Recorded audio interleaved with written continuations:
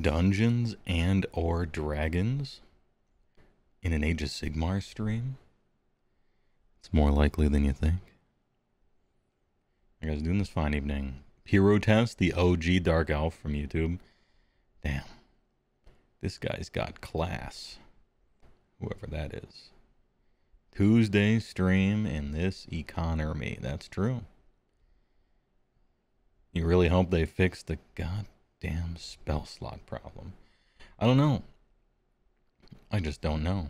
I haven't followed it at all. Let's take a look, shall we? Oh, you know what? I am in the wrong Twitch category. Twitch cops, don't arrest me. Hold on.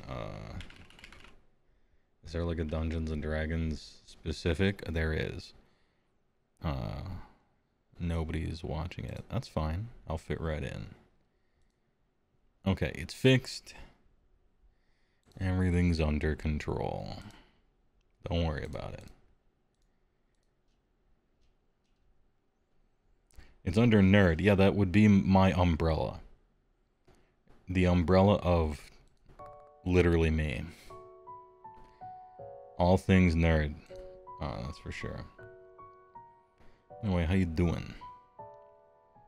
I have a, as you can see, completely legitimate, 100% real, and not at all leaked copy of Dungeons & Dragons. PHB. And I want to see what they're doing with this brand new edition. Live from the D&D convention in Chicago, Illinois. I played a little bit of 5th edition, you know. I rather liked it when it came out. I rather liked 5th edition. Kind of a return to form a little bit here and there. But it was... how do I put this?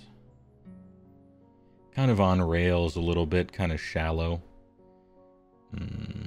Very easy to just pick up and play, but if I wanted to get my absolute autism on, there wasn't much for me there.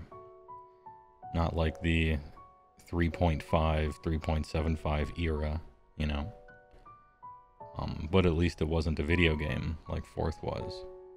Although it still has a bit of that all over the place. I'm probably a weirdo. Well, tell you what, never mind. Definitely. And so my tastes in TTRPGs are simply going to be different than yours.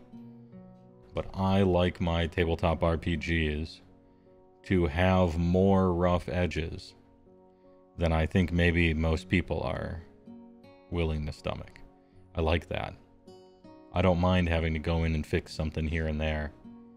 I like infinite options, infinite extra books and classes and feats and minutia and 70 books of little combos to find, and you can combine this thing with that thing, and this thing's kind of broken, but it's fine because you have a human as the dungeon master, and so the human dungeon master will say if something is okay or not okay, or it works or it doesn't work,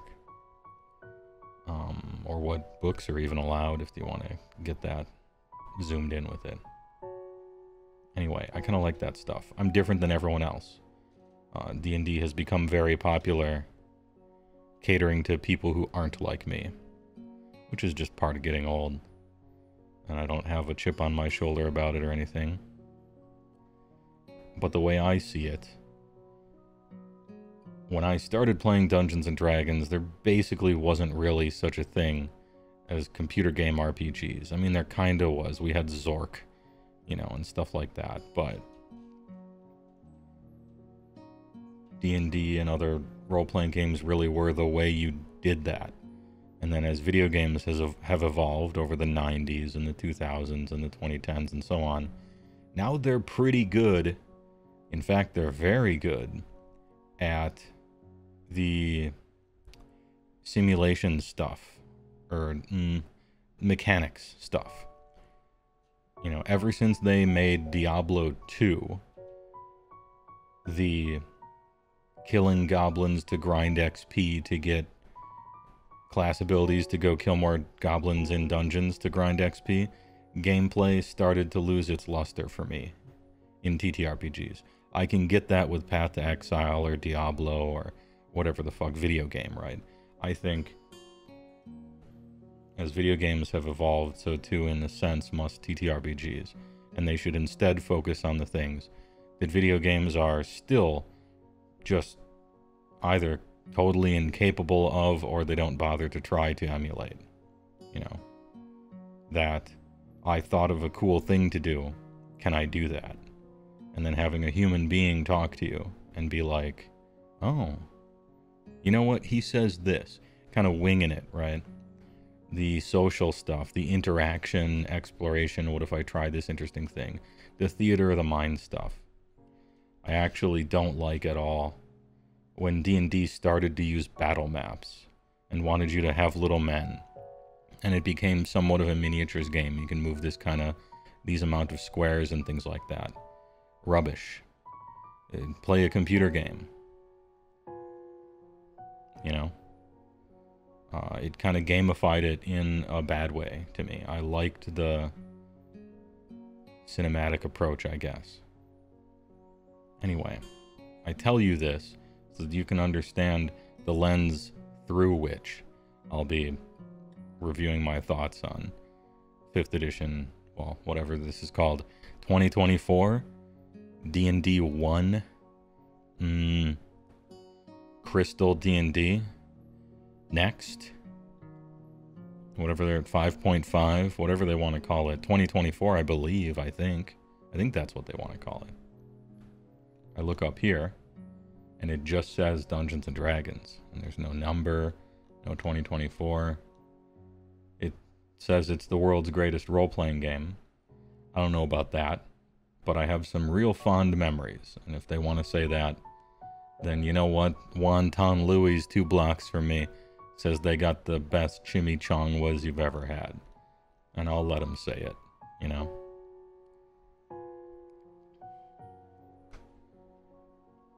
They refer to it as 1 D&D. Okay, alright. Well, whatever they want to call it is what I'll call it. I'm not trying to be a contrarian about it. Anyway, let me catch up on chat before we get to the meat. Those TTRPGs are great, kinda are. Unfortunately, they used to require a big studio and a lot of money. Yeah. And they were passion projects of people who really, really wanted to do that. And they tricked investors into giving them the amount of time they needed to do them. Which is becoming more and more rare.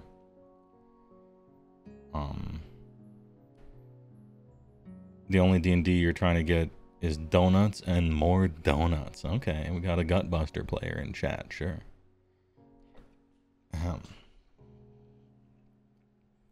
Not exactly yearning for Thaco. No, I mean, some things are fine. Just stay in the ground and consecrate it. And never to return, you know, not to rise up as a revenant. Thaco can stay. It can stay in the past. I'll play with Thaco if I wish to. And, I don't know, a few years ago we all went back and played, oh, which edition was it? I believe it was AD&D. So, not quite the oldest. And then interacted with that stuff. Some of the elf is a character class, you know, kind of stuff. Humans can multi-class, but they have to quit their old profession, and they only get it back once you've leveled up back to equal or higher than their old one. Little the player's option, complete Sonic's handbook stuff with the brown cover. Oh baby. And its jankiness was very quaint. It brought me back in time.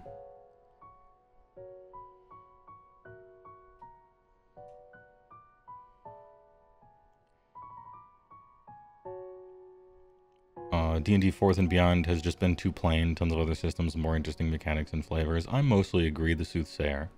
It was probably, well, okay, 4th wasn't good for business.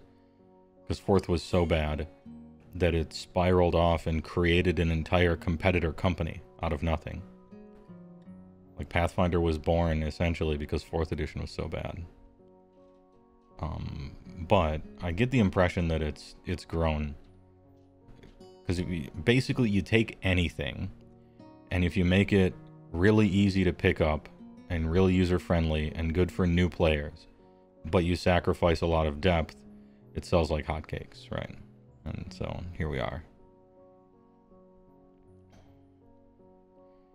Were we discussing how lame it is when long-standing franchises ruin the numbering of sequels? Yes. Yes, we were. I think there's some chutzpah to... I think they should leverage that a little bit. The ancientness. The cred of Dungeons & Dragons. The name. You know, call it 6. Maybe it's not different enough for 6, and if it's not, I'm kind of sad, because I was looking forward to a brand new edition rather than a patch. I didn't like 5th enough for a patch, for the most part, but I'll see what they had to do. You know, I'll give it a fair shake. Truly. No, that 6 on the cover I like because it represents this is how long we've been in the game. We've been in the game since Chainmail, you know? And I think it has a... You might as well leverage your ancient IPs and Greyhawk and Ravenloft and Dragonlance and Forgotten Realms and the fucking books from 1991 and stuff like that. You might as well draw as much of that as you can. It's got a history to it. Maybe the kids don't care about history, but I'm not trying to sound too old. You're running a Cyberpunk game based on the 2077 storyline. You're letting the PCs do all the things that you can't do in the video game. To your point, yeah, that's fun. I think that's fun. Otherwise, you could just play the video game. In a certain sense, right?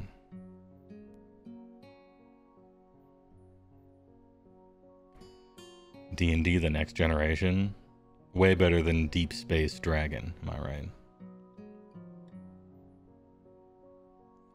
4th inspired games have surged in popularity recently. I don't doubt it. The system of 4E wasn't a bad system for a tabletop RPG.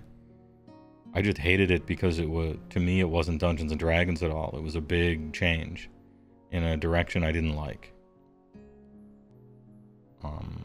But if it was some other game that had those mechanics, that would have been fine for them, you know?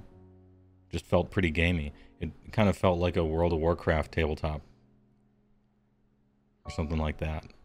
It felt video gamey to me. But it's been a long time now. You ever get that? Sometimes there's something where it's not bad. In fact, in another life or in another dimension, it would actually be good. It's just in the wrong place. It's with the wrong theme. It's in the wrong series or something like that. I don't know how to fully describe it, but there's that concept. Like, man, this is the best racing game I've ever played. I don't know why they had to call it, you know, Bloodborne 2. Like, they announced Bloodborne 2, and it's a racing game. Officially, right? And you're like, well, damn, I was really excited about Bloodborne 2, but I don't want it to be a racing game.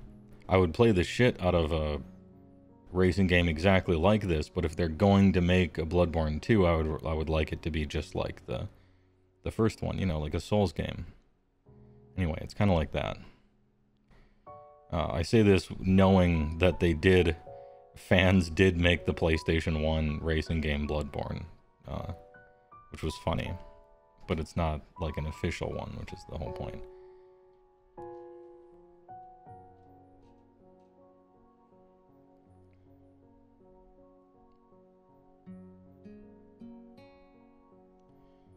Your prediction is that they buffed Ranger, nerfed Paladin, and give the other class minor touch-ups? Alright. That makes sense. Ranger was trash on release. And Paladin was... I don't know, does Paladin need a nerf? Smite's really good, does a lot of damage. And their saving throws are real high, that's strong. Is that problematic, do you think? I suppose it is if it's punching above its weight class compared to other classes, right? That's the point of balance.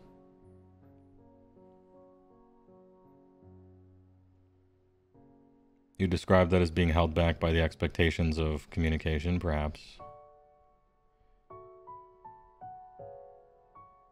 Yeah, Nightmare Cart, as it's now officially called. Are you late? Right on time. About to look over stuff. Ranger sucked. Ranger sucks. Ranger will continue to suck. So it will be. Universal constant of Dungeons and Dragons. Arrested at Waffle House. I mean, kinda yeah. It's a flimsy concept for a class, in a certain sense. They invented Ranger because of Aragorn. That's it. They're like, Strider. Fucking Aragorn. That should be a class. And it's really just a fighter, you know? A flavor of fighter. And then later on, they're like, well, we gotta have this thing do something, and so we're gonna put it halfway between a fighter and a druid. But druid in D&D came with some weird stuff that you don't... Anyway, you guys know the history of it, it's fine. I got some annoying-ass complaints as well that I'm sure people have heard a million times before. Maybe they're spicy. Let me know if my takes are spicy. I live in a log cabin wizard tower at the top of a mountain. I don't go outside. I'm mostly just studying my spell book over here. And so let me know if the takes are popular. I don't think Monk has any reason to exist either. Never understood why the class even existed. It does have street cred, because Monk was in the original D&D. So it's been there forever, and it's because of Kung Fu movies. They thought those were cool, so they made a class about it. But it's basically a fighter. And when it gets mystical, it's kind of like could just be a psychic warrior kind of class. And it always kind of sucks. Always. It always does like a bunch of random shit that you kind of don't care about, and it's just like worse than a fighter. It's like Monk forever. What else can I complain about? Sorcerer. Why? We have Wizard already. How different is Sorcerer than Wizard? Not enough. They share the same spell list.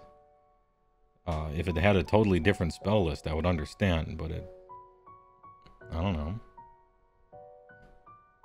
So I guess what I'm talking about right now is I'm looking for these things to improve. Since we're about to look at the thing. I'm looking for Sorcerer to get a real identity, and I don't just mean, oh, your dad fucked a dragon, and so now your blood has power, and you can cast one more spell a day than a wizard can, like whoop-de shit. Oh, you get some meta magic, whatever. I'm looking for, like, real, meaningful distinction between Sorcerer and Wizard. My absolute copium is a different spell list for every class, but I know they won't probably do that. Maybe they will.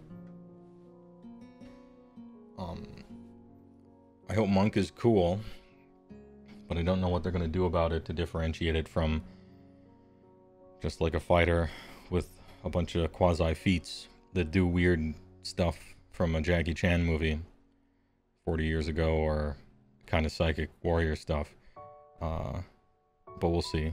And Ranger, yeah, I'm looking for a little more on the Ranger side as well.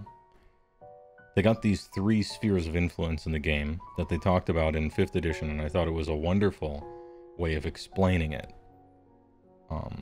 And it's something that kind of everybody who GMs for a long time, or maybe plays for a long time, you kind of know it, but it was very nice to hear it articulated so well. And they did this in 5th edition, and they called it the 3 spheres of play.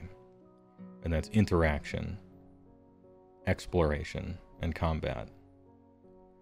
And I like that as a concept. I think those 3 things are key. And so what I'm looking for in every class is strong things to do in all those.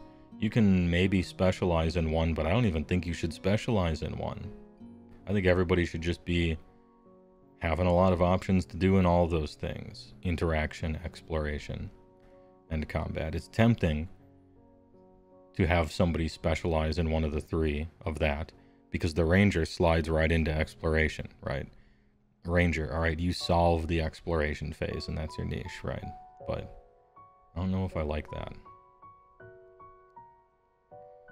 I don't know if I like the D&D version the older I get and the more I play. I don't know if I like the concept of the party face man, the charisma guy. I don't know if I like that. It kind of shuts off a big part of the game to everybody else. So you don't have a high charisma? Well, you know, the bard talks to NPCs. You know? I would rather everybody interacts with non-player characters. But you're kind of like chained to your stats and your charisma score and your bonuses to your social things. And so it's kind of like, now the paladin, the warlock, the bard, maybe the sorcerer, these people talk to NPCs. Everybody kind of watch them. Kind of watch them do that, you know?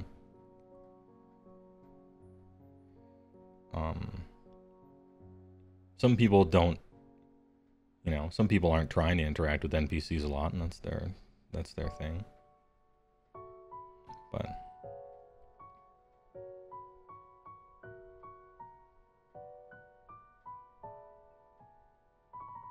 also, I'm wondering what they're going to do with multiclassing. Multiclassing was bread and butter in 3.0, 3.5. It was how you meticulously built your funny combos and stuff. But in 5th edition, it seemed like multiclassing was something that they said was optional. And the players took that to mean we're always just going to multiclass. And the way they wrote everything, it seemed like they were assuming nobody was multiclassing. You know?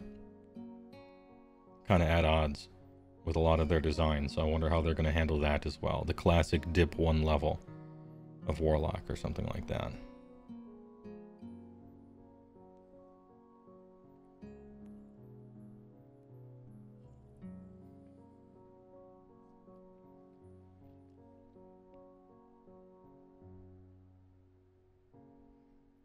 Feels like it's on the GM to minimize the use of the face by having NPCs directly speak to the non-charismatic people. Sure.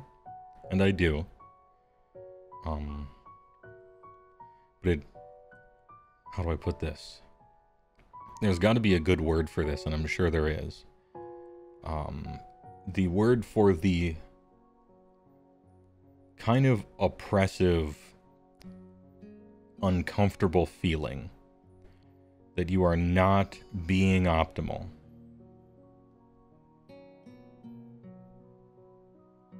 And you're getting nothing in return for your good nature, right? It's like a magnetism. At all times, you're resisting it at various stages, you know? Ooh, I'm building an Age of Sigmar army, and this thing's the best, but I want to play with this even though it's worse, and so I do. But you have this nagging feeling forever then, that you're, quote-unquote, from a certain perspective, being, like, punished for doing the thing that you want to do, you know? And so maybe there's a little bit of that, you know? Alright, we're trying to have everybody interact, right? So my NPC is going to talk to this guy, and then he fails his roll, because of course he has +0 to everything. And then everyone's like, yeah, if we just had the charisma person talk to everyone, we would have succeeded at this. But also we do want everybody to interact, and so suddenly kind of like the dice are the enemy a little bit. And what can a GM do to solve that? We'll have people roll less. And if it's interaction, just talk to everyone, which is typically what I more do. I lean that direction. If the player makes a convincing argument, then the person just believes it, because it makes sense, right? And you fall back on rolling if you can't think of something, or you know, oh geez, I don't know, but I'm on the spot and I can't think about it. I'm not sure, so I'll just roll.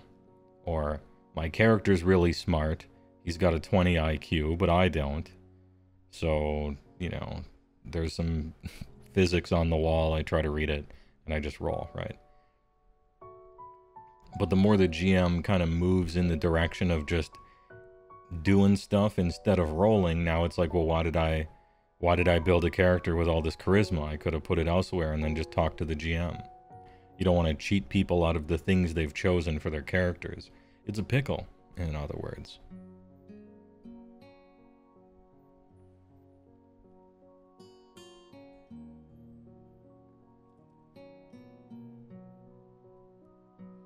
punished gamer, a man denied his optimization.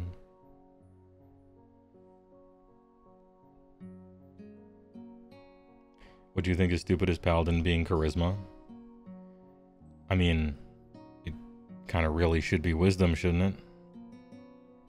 In a certain sense. Like, Paladins are divine casters. Feels like it should be wisdom, but it's charisma, force of personality. You're like a celebrity instead. It's kind of been like that forever, I guess, in D&D, and so it's carried forward. Maybe they need a roughly even split. Well, not even maybe. They definitely need an even split of main stat is important, you know, for each of the classes in your giant diagram.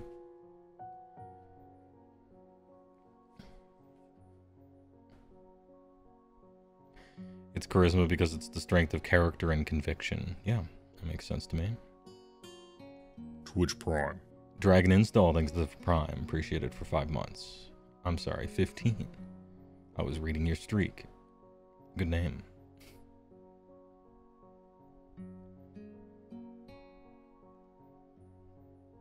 Even split, except intelligence and constitution, because everyone just kind of needs that, right? There isn't like a sumo wrestler class that just cares about con.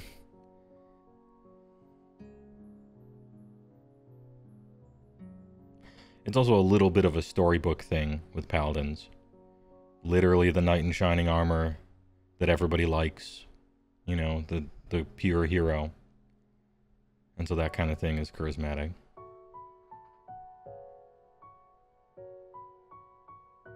Yeah, being too mad is not something they like to encourage anymore.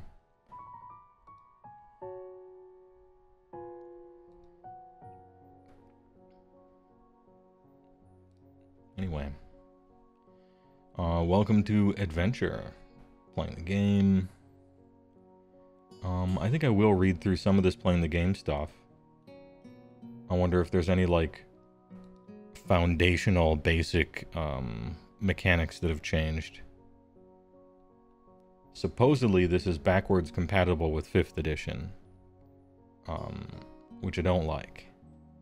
So conceivably they haven't changed too much, but maybe they have. What do you need? Here's what you need to play D&D with one or more friends. All right. Friends? Imagine.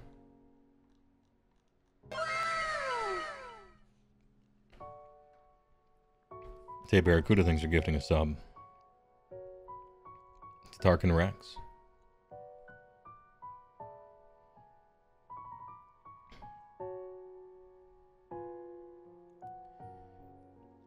Player or DM? Oh, you make your choice. Make your final choice. Being a player. If you want to be a player, you don't have to do shit. Roll up one character, which is super easy. Make sure you're late. Say you'll write a backstory, but don't. Show up unleveled up. Don't listen through half of the game. Everything's great. Being the dungeon master. Get a part-time job and herd cats, babying 4 other quote-unquote adults who are treating you like a teacher. I'm just joking around. Anyway, what do we got here?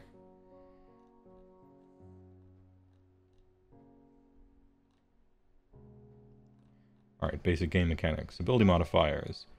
Still +1 per 2. Yep. Goes down to -5. Goes up to 30 on the chart. Neat for the +10. 10 to 11, this represents the human average. Alright. 1 is the lowest a score can normally go. If an effect reduces it to 0, it explains what happens. It's usually bad. Kind of nice. Extraordinary capacity is 21 to 29. And the highest a score can go. Okay. Highest an adventurer's score can go unless a feature says otherwise. Okay, is 20, huh? Strong capability. You never played and always wanted to learn? I mean, it's a good time, right? They're just coming out with a new edition. We'll see if it's fun.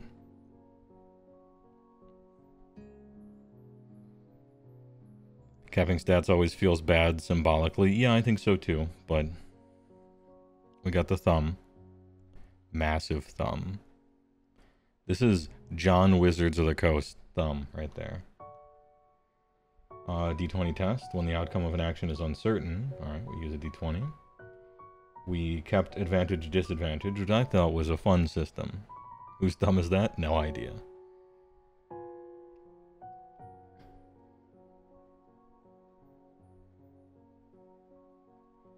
I wonder how double advantage, double disadvantage, they cancel each other out, that kind of stuff is still around, probably.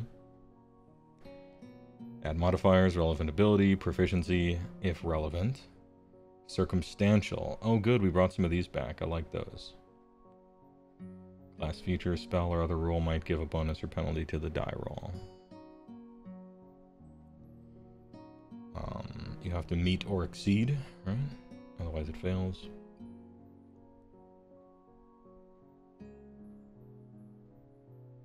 Ability modifier, strength check, int check, sure. Strength is to lift, push, pull, or break something. Dexterity, move nimbly. Constitution, push your body beyond the normal limits. We're going beyond. Intelligence, reason or remember. Notice things in the environment or in creatures' behavior. And then influence, entertain, or deceive. Plus ultra.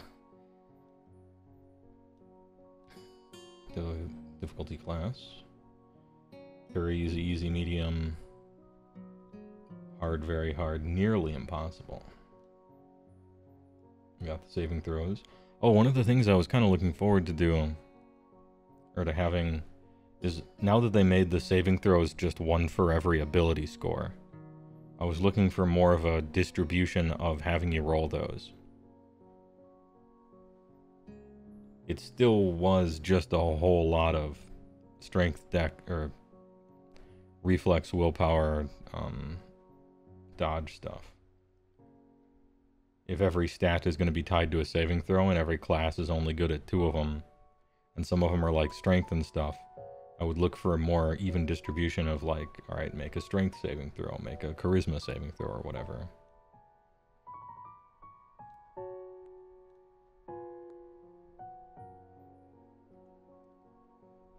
Physically resist a direct force, dodge out of harm's way, endure a toxic hazard. Recognize an illusion as fake. Resist a mental assault. It's interesting that recognize a fake illusion is not wisdom. That's interesting. Although I suppose a lot of intelligence and wisdom do kind of overlap. If you're thinking about it for too long. Assert your identity.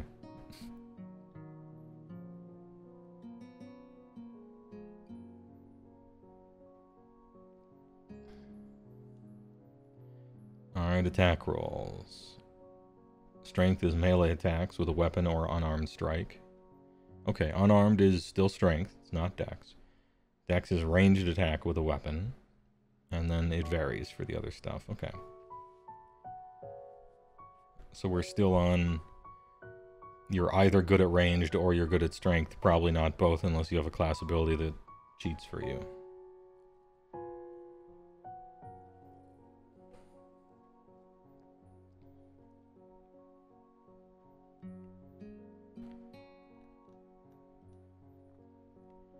Creature's armor class represents how well the creature avoids being wounded in combat. The AC of a character is determined at character creation. Base 10 plus dex. Alright. AC can then be modified by armor magic spells on. Some spells class features give characters a different way to calculate their AC. A character with multiple features that gives different ways to calculate must choose which one to use. Only one base calculation can be in effect. Okay, makes sense.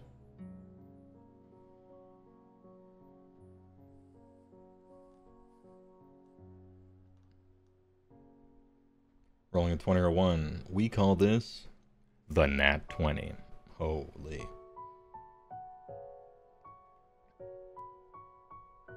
One always fails, 20 always succeeds. It is called a critical hit. We're no longer confirming crits. That went away a while ago.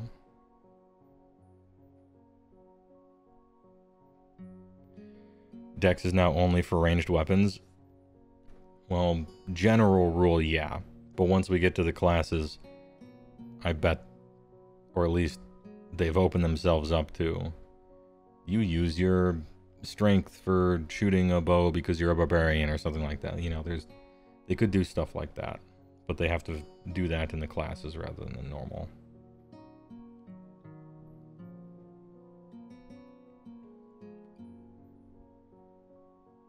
They don't stack. If multiple situations affect a roll and they all grant advantage, you still only roll 2. Similarly, if multiple situations impose disadvantage, you still. And if you have both advantage and disadvantage, the roll has neither of them.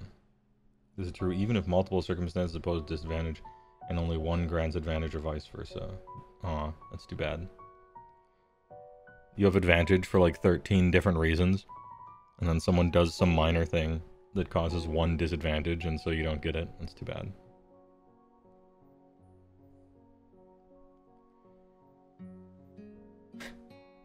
The gamblers thing right here, like, look at how great advantage is, bro. You got an 18 instead of a 3. Is there black powder in D&D? I'm not sure PHB wise. We'll have to check in the equipment section. There are certainly campaigns that have it.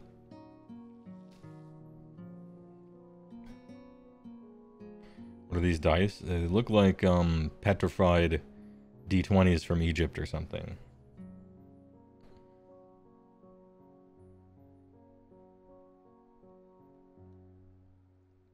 Sometimes the DM or a house or a rule gives you heroic inspiration. If you have it, you can expend it to re-roll any die immediately after rolling it. You must use the new roll. Only one at a time. You can never have more than one instance of heroic inspiration. Something gives it to you and you already have it. You can give it to a player character in your group who lacks it. Oh, nice. Cool, okay. Buddy system. My man's just handing it out. Your DM can give it to you for a variety of reasons. Typically, DM awards it when you do something particularly heroic, in character, or entertaining. It's a reward for making the game more fun for everyone playing. You can re-roll it, but you must use the new roll. Alright.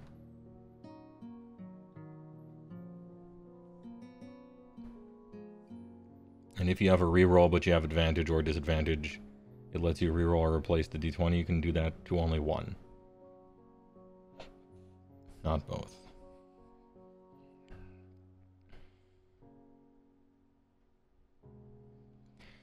That is incredibly stupid. So if I blind someone, cripple them, distance from them, they can still shoot a bow perfectly if someone is sucking them off. Yeah.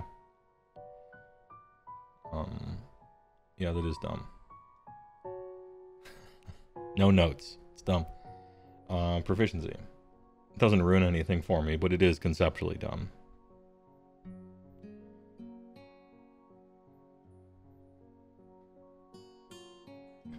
Level or CR. Up to 4 is 2. And then it goes up 1 every 4, I guess.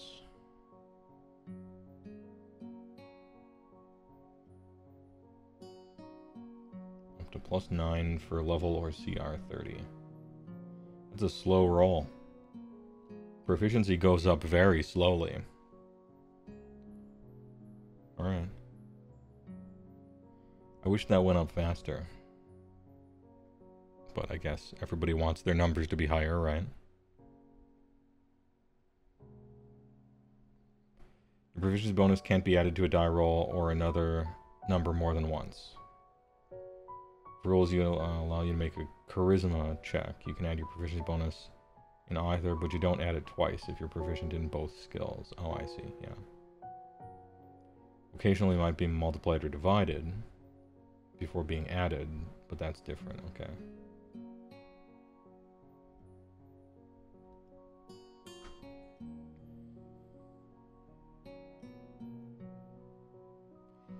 Creature is proficient in a skill. The creature applies its proficiency bonus to ability checks involving the skill. Makes sense. Without proficiency in it, you can still make the check. You just won't succeed if it's supposed to be hard. Isn't expertise adding it twice? It was last edition. Perhaps they're calling it doubled now, which would follow their lingo there. And here we have all the skills: acrobatics, animal handling, arcana, athletics, deception, history, insight, intimidation, investigation, medicine, nature, perception, performance, persuasion, religion, sleight of hand, stealth, and survival. It's weird that we're down to only this many skills in the game, and we still have animal handling. Okay.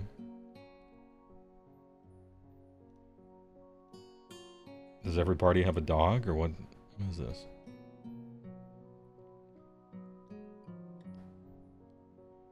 Like, just use persuasion on it at a penalty because it's an animal. Yeah, no language American, 98% without literacy.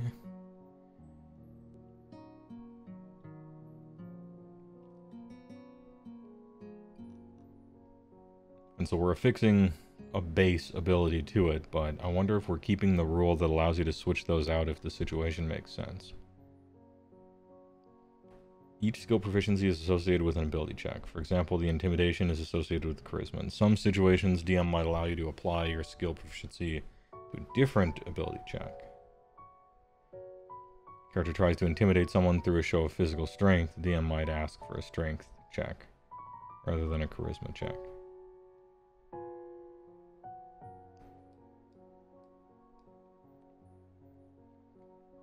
Each class gives proficiency in at least 2 saving throws. Ooh, so some have 3, huh?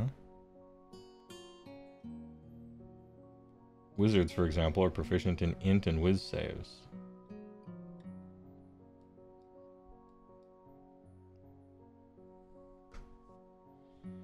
Anyone can wield a weapon, but proficiency makes you better at wielding it. If you have proficiency with it, you can add your proficiency bonus to act rolls, alright. If you have proficiency with a tool, you can add your proficiency bonus check to make use of the tool. I hope the tools become more of a thing.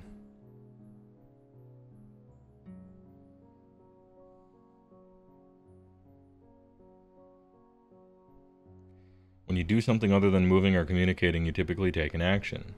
Action table lists the game's main actions, alright?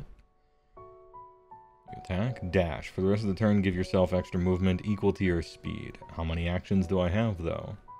This is where we're getting to it. Alright.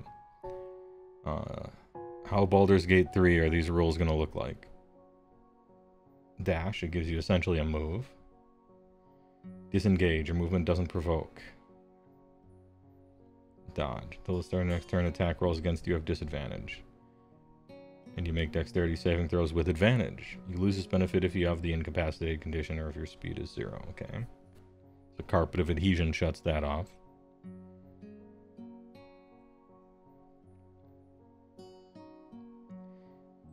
Help.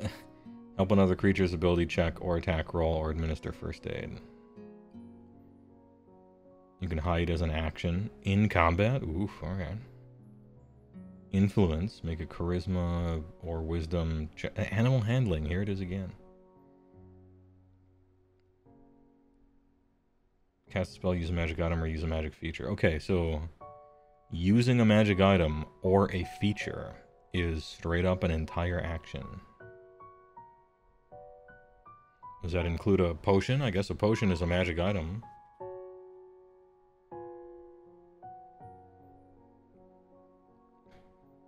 Prepare to take an action in response to trigger you define. Alright, we still have the holding your action to do something later thing, like a computer program. Make a wisdom check to search. Search, study, they're like making it sound cool. I will study this. Arcana, history, investigation, nature, religion. So it's a whole action to roll Arcana in the middle of combat.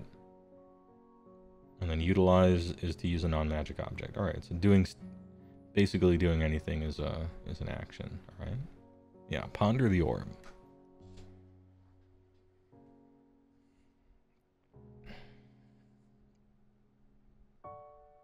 Player characters and monsters can also do things not covered by these actions. I should hope so. Many class features and other abilities provide additional actions, and you can improvise. Yep, that's the power of tabletop now. Game uses actions to govern how much you can do at one time. You can take only one action at a time. The principle is most important in combat, as explained. Yeah.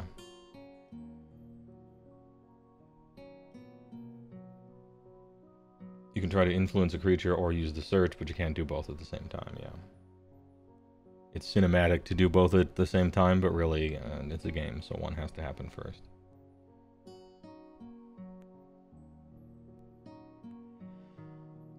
Bonus actions. Various class feature spells or abilities let you take an additional action on your turn called a bonus action. The cunning action feature, for example, allows a rogue to take a bonus action. You can take a bonus action only when a special ability, a spell, or another feature of the game states that you can do something as a bonus action. You otherwise don't have a bonus action to take. Okay. Okay. Interesting. I'm big now. Want a juice?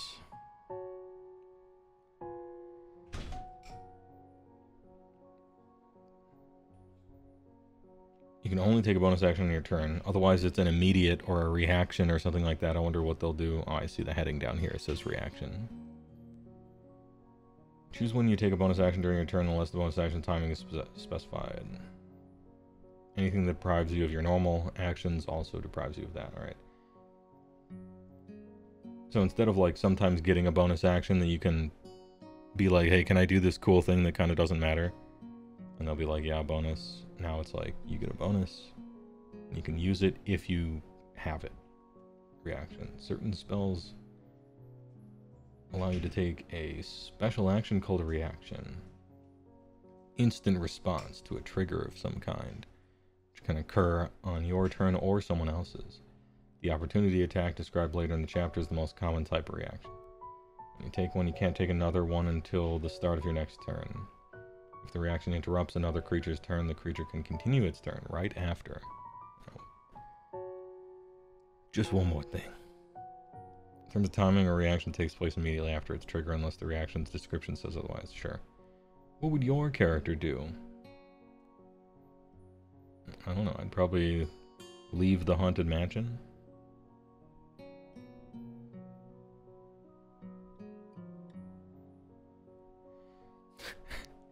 Good. I just read this little sidebar here that you guys probably can't see very well because chat's getting in the way. This advice comes with one important caveat. I'll read it out loud. Avoid character choices that ruin the fun of the other players and the DM. True. True, brother.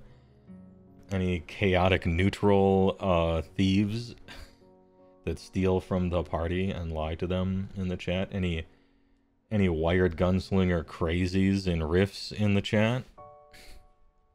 Any kenders? I'm gonna play the halfling. It gives me a license to be fucking annoying in real life, and everyone just has to deal with it. Social interaction.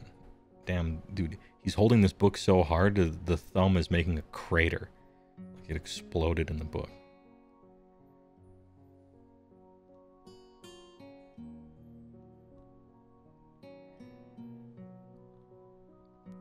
Social interaction example.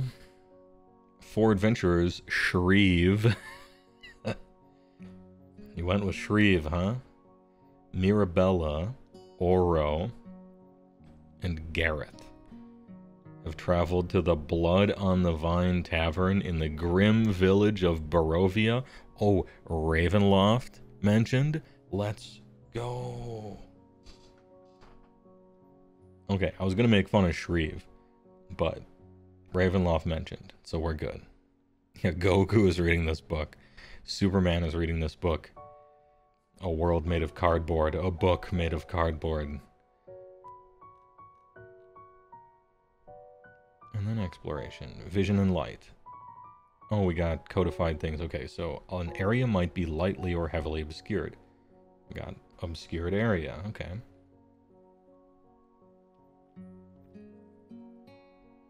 Ahem. Such as an area with dim light. Dim light is capitalized, so I assume that's a real thing. But patchy fog is not. Moderate foliage, not a game term. Disadvantage on perception that rely on sight. Heavily obscured area. Such as an area with darkness. Heavy fog. Is opaque. You have the blinded condition when trying to see these. See the rules glossary? Alright, I'll check the rules glossary later.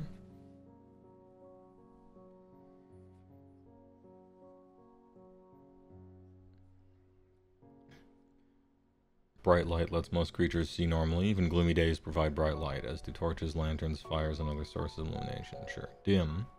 Also called shadows. Shadows. Dim light. It's a lightly obscured area.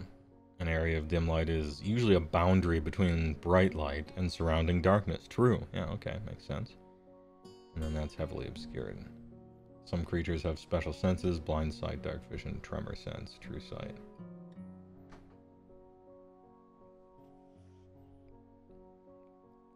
Imagine not having dark vision. Almost every D&D race available currently. Damn, I hope they about face on that, but I think they're gonna dive right in. I'm afraid to go to the races section. A whole lot of flavor. Good job, King. A whole lot of flavor and fun and interestingness and meaning was slurped out of the game in 5th edition as every race became basically the same. I hope we go the other way, but I don't think we're going to go the other way. I think we're diving in on that one. Fingpat, thanks for tier 2. That's a big tier, dude. Appreciate it. 46 months. Feel like it's been so long. Finally, I have returned. Fingpat is bat. Thanks for the tier 2, big tier.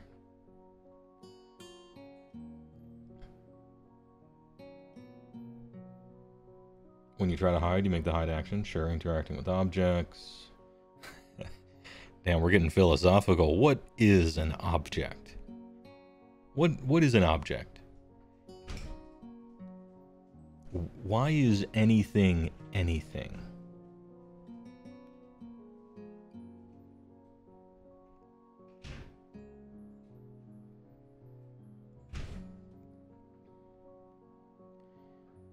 Carrying objects, finding, breaking objects. I don't care too much. I'll look this stuff up later if it matters. Oh, climb hazard? Malnutrition hazard. Let's go. Suffocation. Burning. Yeah, sure. Yeah, that sucks. Burning.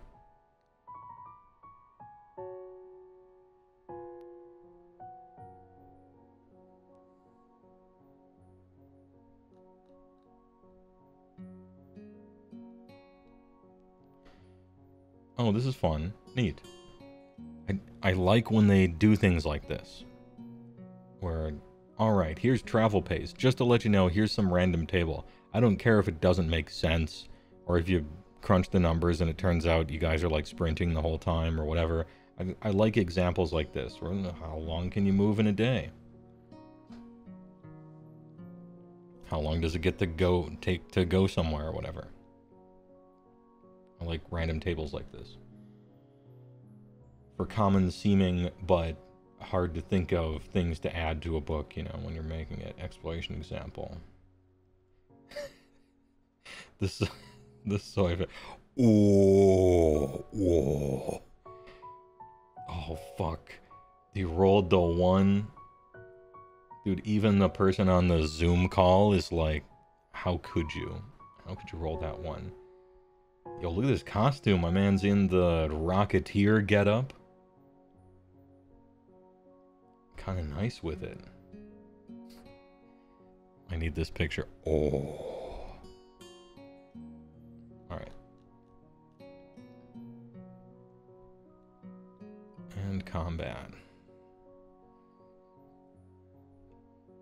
Every race became alternative human because it was so good they just said, fuck it, do what you want. Yeah, and that's boring to me.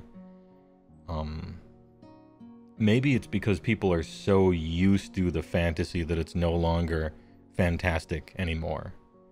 Yeah, I bet maybe this is like a I'm old, alright? Let me give you my take on it, and then you guys can call me old, right? A million years ago, you played a fantastical, like, fantasy game called Dungeons and Dragons, which was just a straight up, like, Lord of the Rings ripoff, just like everything else. And you're playing an elf, and that's amazing, because elves are crazy. They're fantastic. Like, oh my, they live for 1,000 years. They're so agile, and like some of them are kind of magical, and they don't have to sleep, and all the, like, it's so cool that you're like an elf. You're playing that role. Like, that's noteworthy and interesting, right? But now maybe elves are just like, yeah, it's an elf, whatever. Just give me the same stats as everybody else. Like, everything's kind of a human, except with dark vision now. But maybe it's just like that's no longer impressive. You have to be more interesting than just an elf. Maybe. You know, maybe that's true. We've been being elves for 50 years now. At a certain point, it's like, oh gee, let me guess, the dwarves hate the elves. How original and interesting. Amazing. Oh, and the dwarves are grumpy. Ooh, boy, damn, I bet you live in a mountain or something, right? Like, maybe it's just old hat. It's got to be more interesting than that. Although I think being basically the same as everyone else is actually less interesting, but that's another thing too.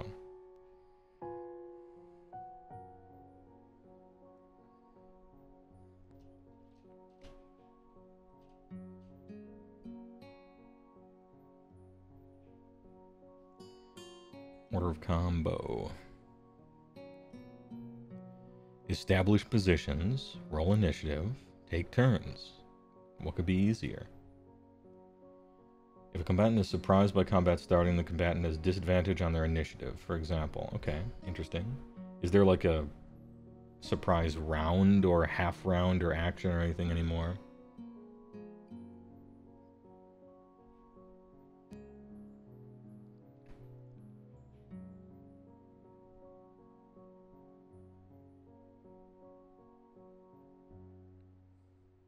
If a tie occurs, the DM decides the order among tied monsters, and the players decide the order among tied characters.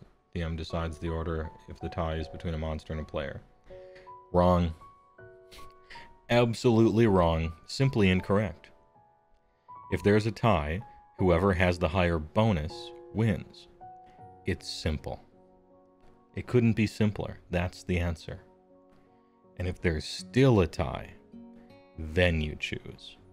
And you just choose whatever the most cinematic thing is.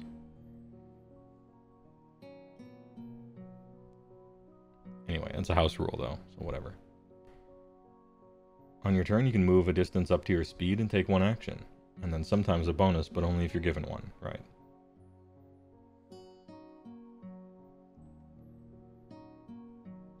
Ooh, a displacer beast? Let's go. What looks to be perhaps an orc? Perhaps an orc paladin. I would say fighter, but the sword's glowing, so maybe paladin. I don't see a holy symbol, unless this is like a sun god or something. Yeah, we'll say orc paladin, I think.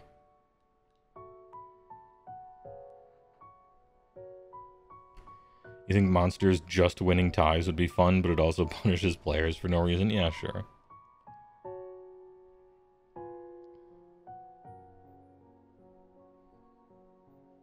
Love me an orc paladin, such a classic. I mean, it's a classic, like, role reversal, right? Because orcs started out a race that essentially Tolkien kind of invented as beings crafted for sort of pure evil, right? And so seeing Dungeons and Dragons get orcs that were paladins, it's like, oh, look at that, it's a role reversal. It's the Dris Duerden, you know, of orcs. That's fun and cool. You can communicate however you are able. though brief utterances and gestures. Doing so uses neither your action nor your move. Sure. This is essentially like the free action. You can interact with one object or feature for free. Oh, let's go. Alright, so I'm reading. The thumb is reading about what you can do for free during your turn. You can say something. You can fuck with something. Either during your move or action. For example, you could open a door during your move as you stride towards a foe. Yeah, that makes perfect sense. I like that.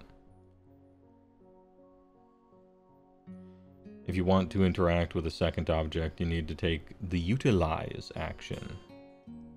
Some magic items and other special objects always require to be utilized. Any utilizers in chat? Doing nothing on your turn. You can forego anything. If you can't decide what to do, consider taking dodge or ready.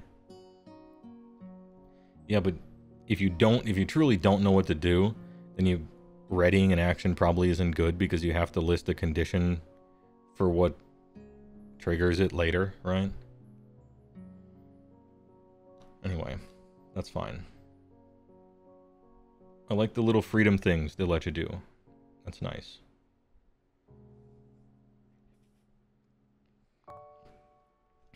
I'm utilizing right now, homie. Combat ends when someone's defeated. Sure, move into position.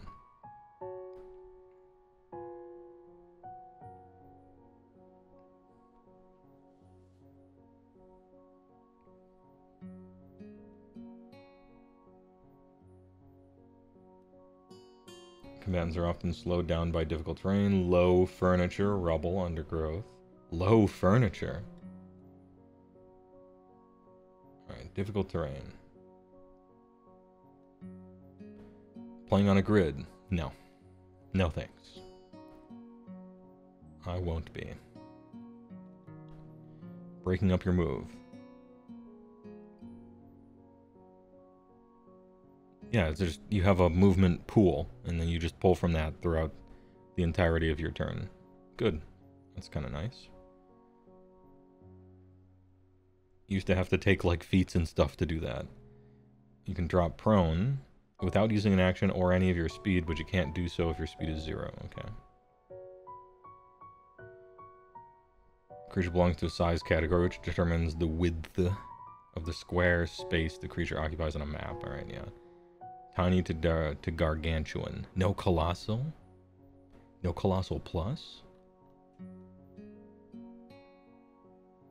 Damn, this is big creature erasure. No colossal. Alright.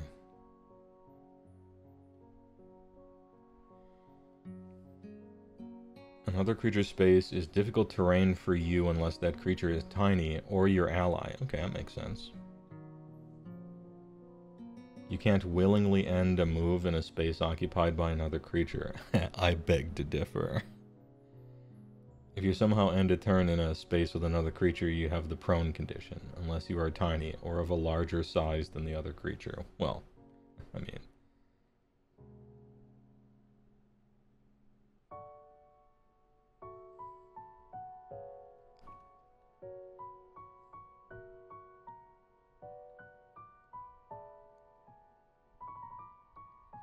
Ooh, yeah, I wondered how they would do... What are they going to do with cover? There are 3 degrees of cover. A target can benefit from cover only when an attack or other effect originates on the opposite side of the cover. If the target is behind multiple sources of cover, only the most protective degree of cover applies. Okay, they're not additive then.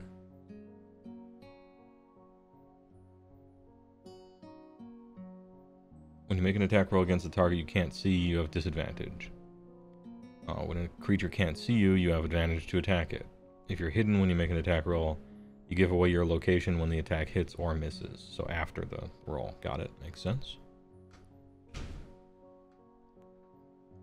We have half quarter, 3/4, and total. Half, plus 2 AC and dex saves. Another creature or object that covers at least half of the target. Why not strength saves? I don't know. I mean, if you're behind a wall and the big boulder is like rolling in and you gotta like push it back, or I don't know. I think more than just dex saves might make sense here sometimes. Perhaps strength. Maybe even constitution.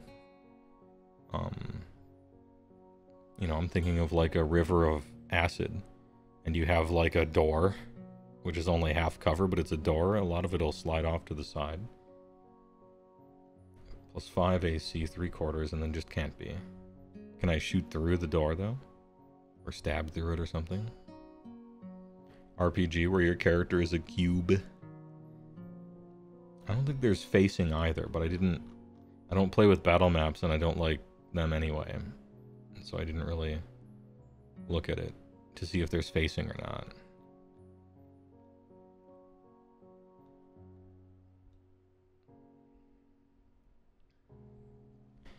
Your attack roll is disadvantaged to ranged when your target is beyond normal range and you can't attack a target beyond long range. Okay. Aiming a ranged attack is more difficult when a foe is next to you. Disagree.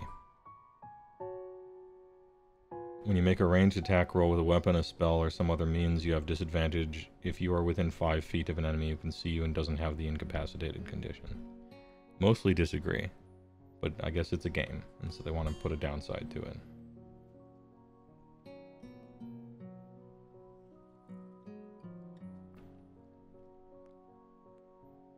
No attack allows you to attack target. Sure, reach. Creature has 5-foot reach and can thus attack targets within 5 feet of their cube. You can avoid provoking opportunity attack by taking the disengage action, which wastes your thing. You don't provoke an opportunity attack when you teleport or when you are moved without using your movement. Action, bonus action, or reaction. Why? Don't like that. What do you mean? So I can't push someone and then they go past my friend and he can't. So no combos that make sense. I think you absolutely should get opportunity attacks if the situation arises, whether someone did it or not, right? That's silly. Yeah, I don't like that. So that you don't get double punished for being moved against your will? Damn. Being moved against your will is bad. You suffer the effects from that, right? Like, I don't know. Things that can move you without your... against your will are, like, dangerous because they're so strong. I don't know.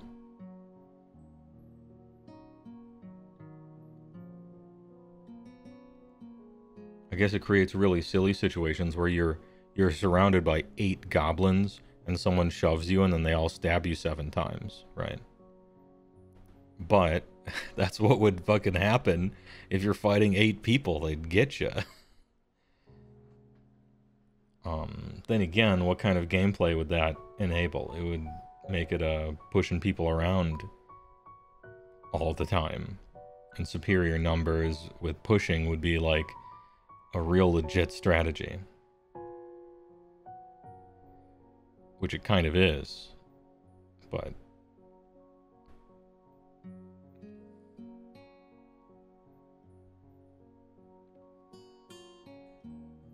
it would lead to a manifestation on your opponent's turn meta, maybe.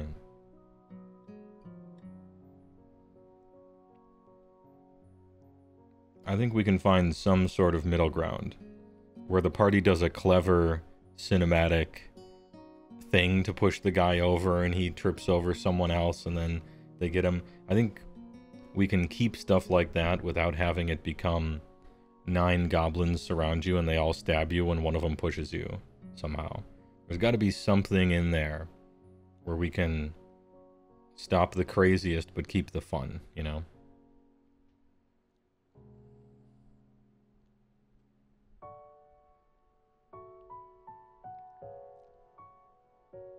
That being said, it never has made sense to me why you get a free attack on someone when they leave your reach. Has anyone ever been in a fight before?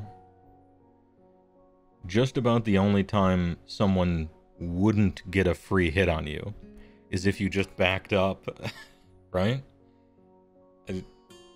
It's strange. I don't know why they ever came up with that in the first place. If you're squared off against somebody and you step backwards, like, they don't actually ever get to hit you. That's the whole point of taking a step back. It's like free.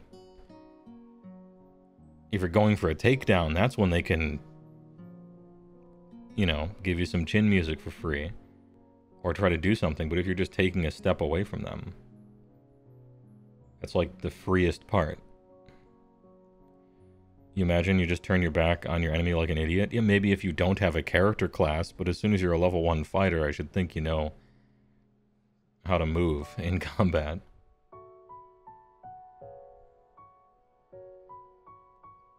Yeah, it was once called a 5-foot step, right? Back in my day, you could take a 5-foot step, or if you trained with the training dummy of the masters, take a 10-foot step. Now that's the good shit.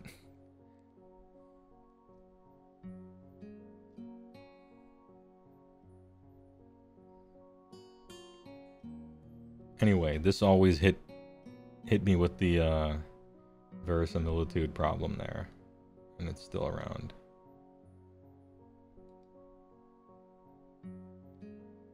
You just there just isn't really an opportunity to get a free hit on someone moving away from you. Moving towards you for sure, but definitely not away. They have it exactly the opposite. If you're trying to get closer to someone, they might get you. But maybe we're being more cinematic and less realistic with it. Or the people who write D&D rules haven't really ever been in a fight.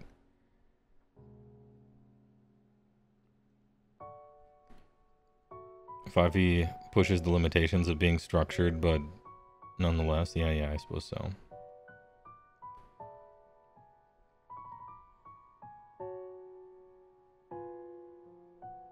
You think the people can't play this game without devotedly following everything in this book? What do you mean? I'm just talking about silly stuff. What do you mean? How bad is it?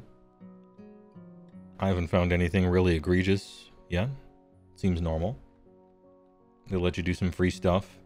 Very similar to 5th so far. They define cover a little better, which is nice. I'm seeing a lot of dexterity all over the place when it doesn't necessarily have to be. We still have the weird opportunity attacks system, where if you move away from someone, they get a free hit on you, which never made sense to me. You've been calling this 5-5. What are other people calling this? That's what I've been calling it, but it's, I think they want you to call it 1 D&D. And so I will try to.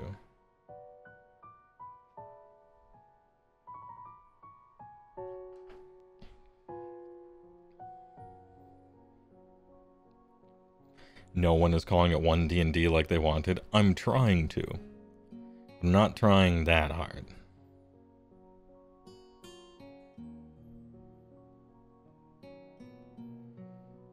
It should be a bonus to strength, in your opinion. Dodge is... You don't dodge better because you have cover, but certainly you could overcome it better. Right, but they made armor class just dex, and so you have to do it that way, kinda, right? Which maybe that's one of the issues, but... Mounting and dismounting. During your move, you can mount a creature that is within 5 feet. Doing so costs an amount of movement equal to half your speed.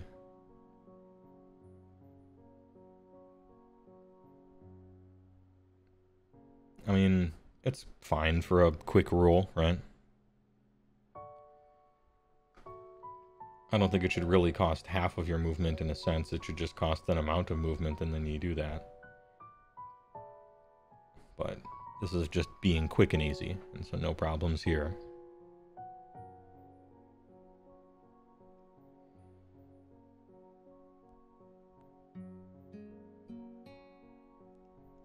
The initiative of a controlled mount changes to match yours when you mount it. It moves on your turn as you direct it, and it only has 3 actions. Dash, disengage, dodge. 3D. It can move and act even on the turn that you mount it. Okay, right away. In contrast, an independent mount One that lets you ride but ignores your control, retains its place in initiative, and moves and acts as it pleases. Okay. What a stupid looking thing. Astride a giant seahorse, a paladin adventurer is underwater. Hey, alright. If an effect is about to move your mount against its will while you're on it, you must succeed DC 10 dex. A lot of dex. Landing with a prone condition. Alright. While mounted, you must make the same save if you're knocked prone or the mount is. Okay.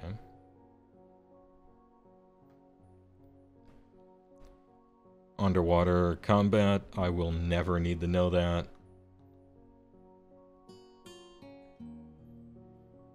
Damage and healing hit points. Hit points represent your durability and the will to live. Good little funny addition there. Okay. Yeah, the more you can abstract the concept of hit points, the better it works, I think.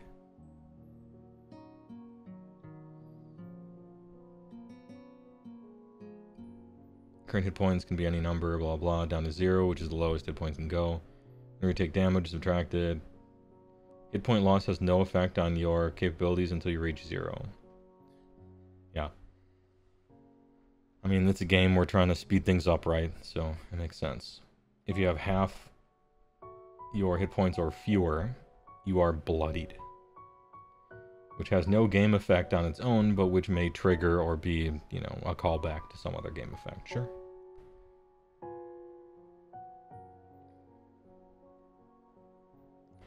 If there's a penalty to the damage, it is possible to deal 0, but not negative. Cool. When attacking with a weapon, you add your ability modifier. Spell tells you which dice to roll unless stated otherwise. You don't add your ability modifier to a fixed damage amount. That doesn't use a roll. Unless a rule says otherwise, you don't add your ability modifier to a fixed damage amount that doesn't use a roll, such as the damage of a blowgun. You should add your constitution if you got huge lungs. Blow that shit, dude. Michael Phelps blowgun. Add your constitution damage.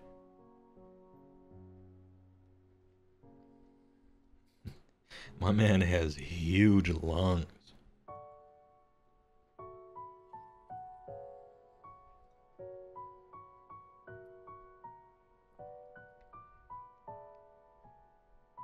Deal extra damage. Roll the attack's damage dice twice. Add them together. And add any relevant modifiers as normal. Oh. Hold on. For example, if you score a critical hit with a dagger, roll 2d4 for the damage rather than 1d4, and add your relevant ability modifier. If the attack involves other damage dice, such as from Rouge, you also roll those twice, but you don't add your bonuses twice. Alright, we found the first rule I will be wholesale ignoring. Let my people go. Nerfing critical hits. Get out of my face. You think that's how it works in 5th edition? If it is, then I've been accidentally ignoring it for 10 years. You roll the... Here's how a crit works. You roll the thing, and you just straight double it and move on with your life. Everything. In brackets. This is cowardice. Get it out of here. Any crit confirmers? Damage dealt via saving throws uses these rules. Alright. Damage against multiple targets. When you create a damaging effect that forces 2 or more targets to make saving throws against it, roll the damage once for all targets. Just to save time, that makes sense. You know, oh, I rolled, it's 18, and then everybody takes 18 or halves it. We're trying to speed up the pace of play. Perfectly fine with this.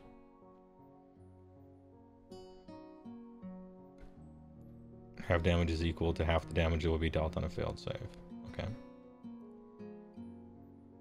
And we always round down in this game unless it says otherwise.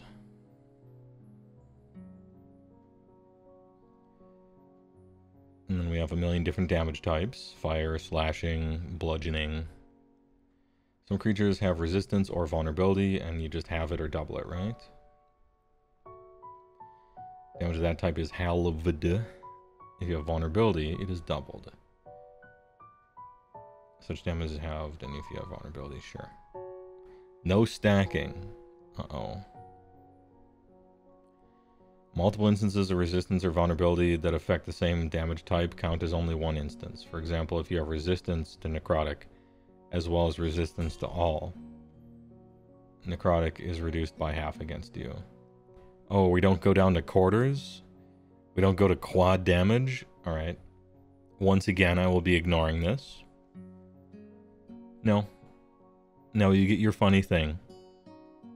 You get your funny thing.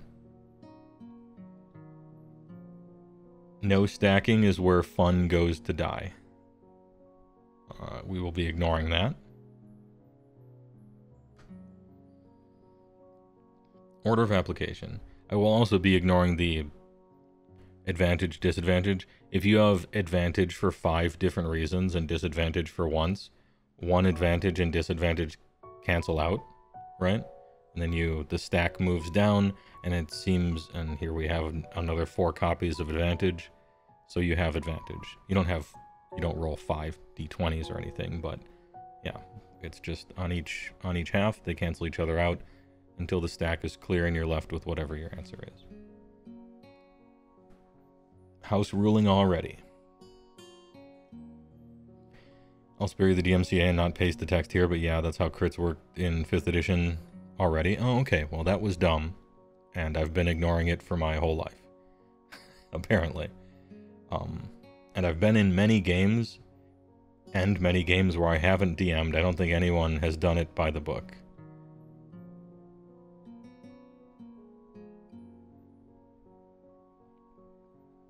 Order of application. Modifiers damage are applied in the following order.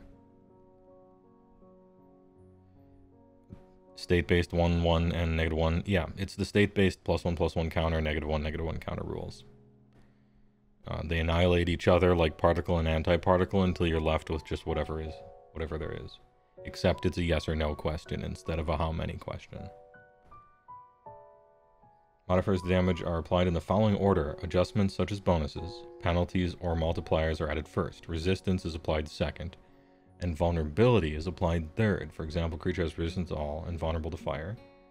It's within a magic aura that reduces all damage by 5. If it takes 28, the damage is first reduced by 5, then halved, then doubled. Okay. What if, once again, if you're resistant to fire and vulnerable to fire, to me, they just cancel out, right? Why turn the 23 into a 22? Just keep the 23 and move on with your life, right? Maybe there's a situation where that matters. Yeah, PEMDAS was too hard, I guess. It's fine.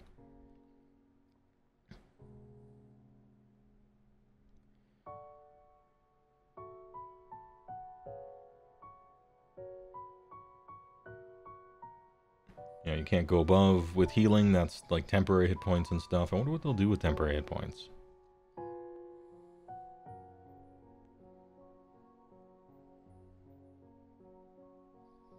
Dropping to 0 hit points. When a creature drops to 0, it either dies outright or falls unconscious, as explained below. Okay.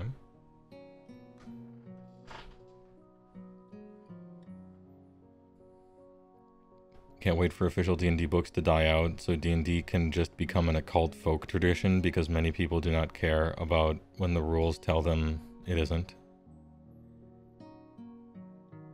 Hey, alright. Whatever you say. Instant death. Monster death. When a monster dies, when a monster goes to 0, it's just dead. Sorry, kid. Should have been a player character. You're out of here.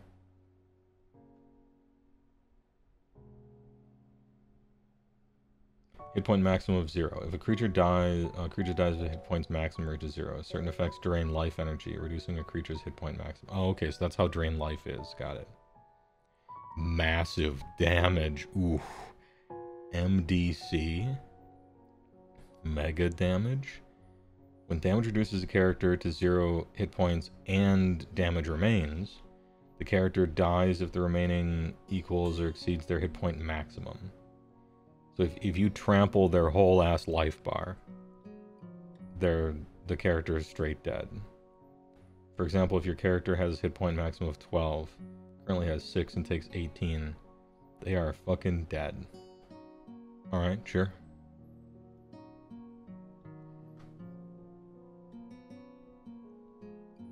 Character demise. If your character dies, others might find a magical way to revive your character, such as with the Raise Dead spell. Or talk with the DM about making a new character to join the group. Perhaps the previous character's brother, looking for his long-lost twin. That the party doesn't have the heart to tell him. The rules glossary has more information on being dead. Oh, good. I'll check that out later. If you reach 0, you don't die instantly, you have unconscious. Until you regain any hit points, and now you face death saving throws.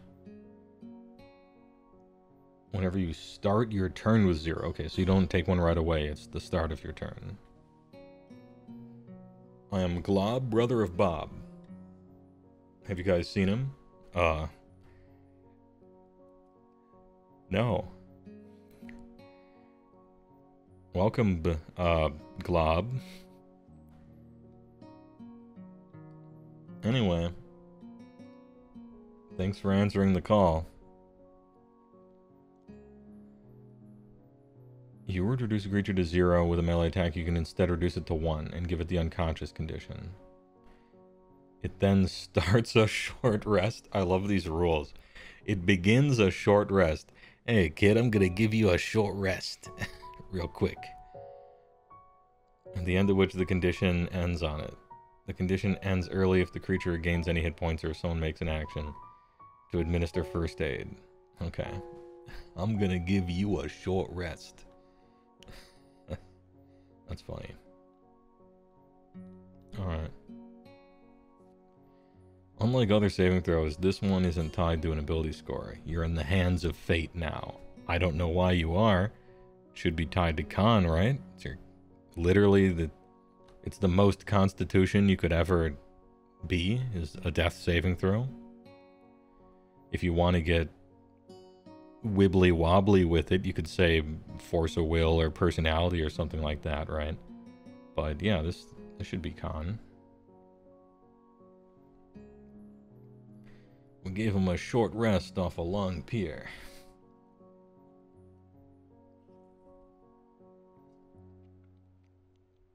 We fitted him with some cement greaves. 3 successive failures. Roll a d20. If the roll is 10 or higher, you succeed. Otherwise, you fail. So you just flip a coin. Once your 3rd success, you become stable. On your 3rd failure, you die. He ate a complete breakfast.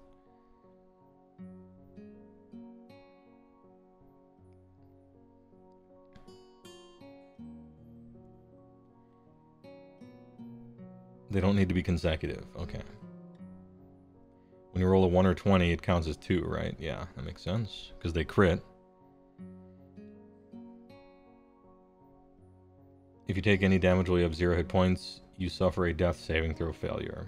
If the damage is from a critical hit, you suffer 2. If the damage equals or exceeds your hit point max, you die. Normalize intelligent, brutal bad guys finishing characters off. It puts the fear into them. Stabilizing. You can take the help action, try and stabilize a creature with 0. DC 10 medicine, super easy.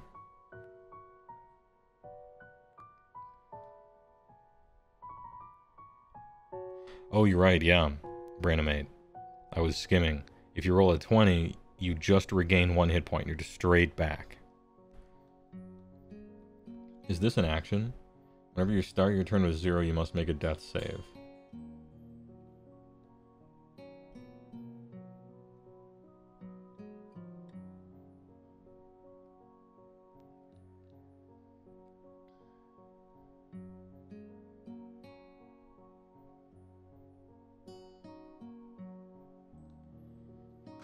So I start my turn with 0. I roll a nat 20. I have 1 hit point.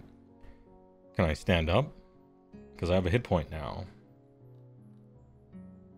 Or am I still unconscious? You have the unconscious condition, quote, until you regain any hit points. So it seems to me that I start my turn, make a death save, roll a natural 20, gain 1 hit point, and then I can, what, stand up from prone and just straight do my whole action?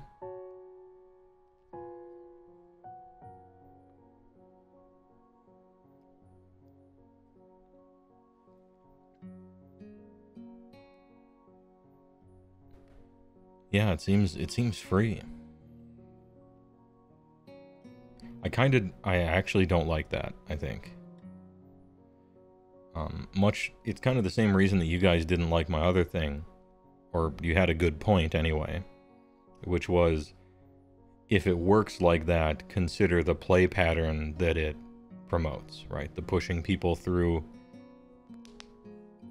attacks of opportunity, you know? Because what I found, especially in 5th edition D&D, is the play pattern was healing was worthless. You never healed anything. You just let people die, like in Final Fantasy VIII.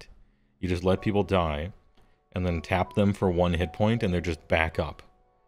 And full fighting. And then they get hit 1 time and plop back down, and then you tap them for 1, and they're just like straight back. It was kind of a goofy and obnoxious play pattern. Maybe they're trying to curb that by straight killing you if you take a shitload of damage. But it's equal to your max. You're almost never going to have that happen. Unless you're low level. Yeah, it's going to be like the Undertaker meme.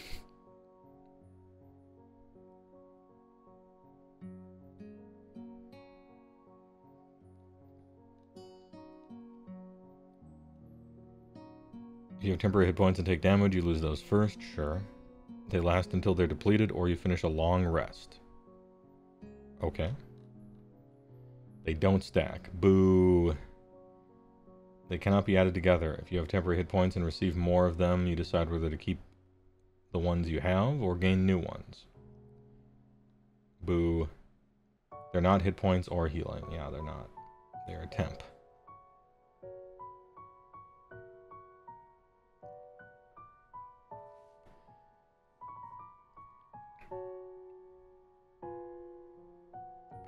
You have a 5% chance of it happening on a roll. It's not like something you're going to rely on. Yeah, I'm talking about like bonus action, heal someone for 1 stuff, right?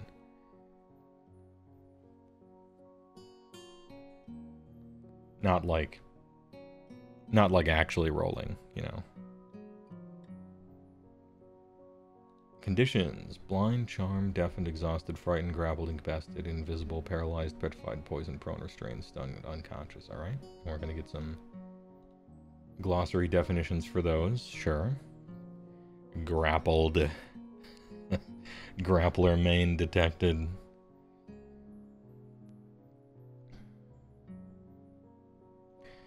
You do start running into the healing word economy, yeah.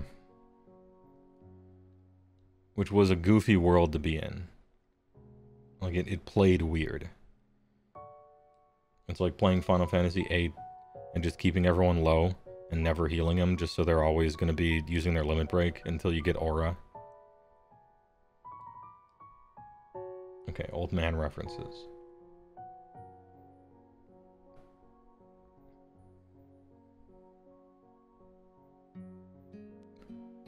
Sure. No stacking. If multiple effects impose the same condition on you, each instance of the condition has its own duration. But the condition's effects don't get worse. Either you have a condition or you don't.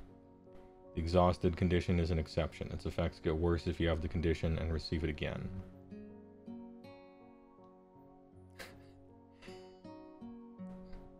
I think it could get worse. I think you can get more poisoned. You can become more unconscious. More paralyzed. No, yeah. Some of these are just like a yes or no question, right? More grappled.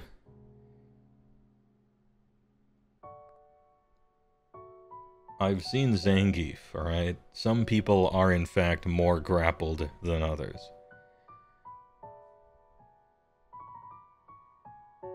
I think there are levels to frighten too, but maybe it's pointless.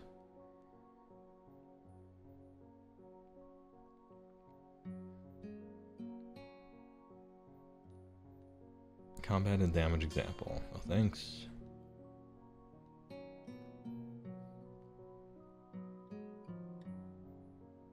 I don't like seeing normal people. I don't want to see the normal people. I want to see the fantasy stuff. I think. I mean, they have to do this. It's like required. And this isn't new. They've been doing this since the very beginning, right?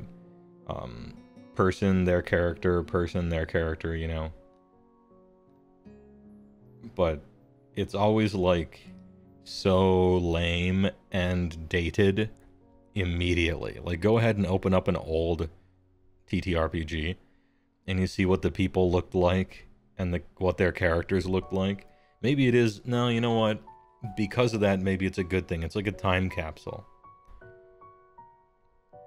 Because you open up a Rift's Ultimate Edition from 2001 and you see some Freddie Williams artwork in there. And you're like, damn, this shit rocks. These dudes were hella sick with their Mountain Dew Code Red and, you know, whatever.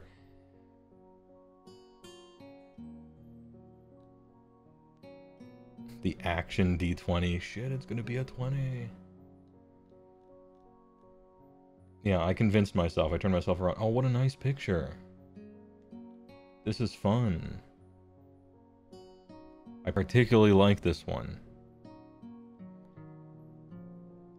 It's got a little bit of that old school, you know, Elmore kind of look to it, doesn't it? A little more painted. I rather like this. It's also, I think, about the old cartoon, but I only recognize the wizard kid. Anyway, I like this style. Reminds me of that Eastwood or Larry Elmore stuff. Let's fucking go. Proper wizard hat. Creating a character. Oh, we're past it, alright. Those were the game mechanics. Basically 5e. Alright, choose a class. They talk about session 0, good. We used to have to tell people about this thing and it was like, you're a genius, you know? Like, oh, they don't tell you to do this, but we came up with this cool idea. And look at that, now it's like codified in there. Session Zeta.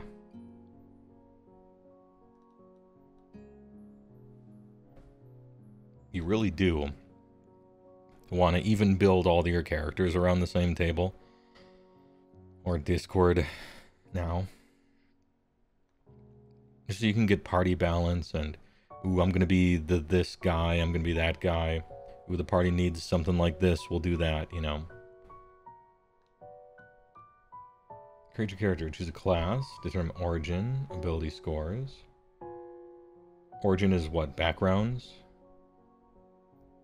Oh, background and species. Oh, we're no longer calling it race, we're calling it species. How did the character spend the years leading up to a life of adventure? I hope they really expand the background stuff. Backgrounds were just kind of whatever, and they gave you some skills. I hope there's a lot more to them. I thought that was a cool idea. Anyway, pick an alignment. Fill in details.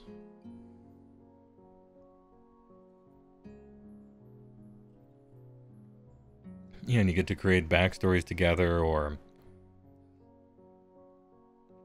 have similar stuff. Ooh, did we all come from a similar place? How did we get here?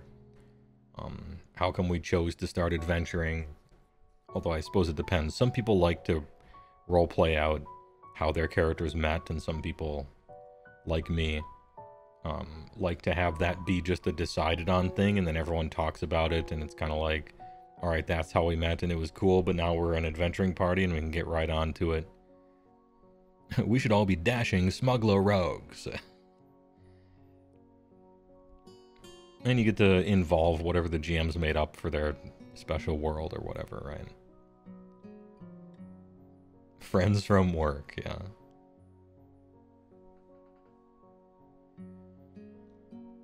Anyway, what do we got? Choose a class and write it in a character sheet, right? Class likes primary complexity. Oh, complexity, okay. I mean, everybody has to make a table like this now. It's a decent idea. I don't know that you need a table like this, but it'll be fun to read. Barbarian likes battle. No shit. Really? Okay. Cleric likes gods. True. Well, maybe not. Maybe just one. You know? Matter of fact, cleric probably likes one god specifically, and probably really doesn't like at least one other god, you know?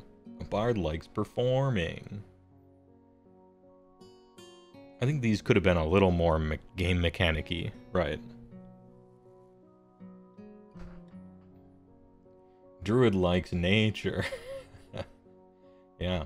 Fighter like weapons. Fighters like big swords. Monk likes unarmed combat. Okay, well, I better not see even one weapon, ever. It should be all unarmed, like on-release EverQuest Monk, where equipping a weapon made you worse, actually. Paladin likes defense. No, he doesn't. Literally wrong. Well, okay, maybe it's true in this edition. Paladin likes smiting. That's what paladins like. They like smite.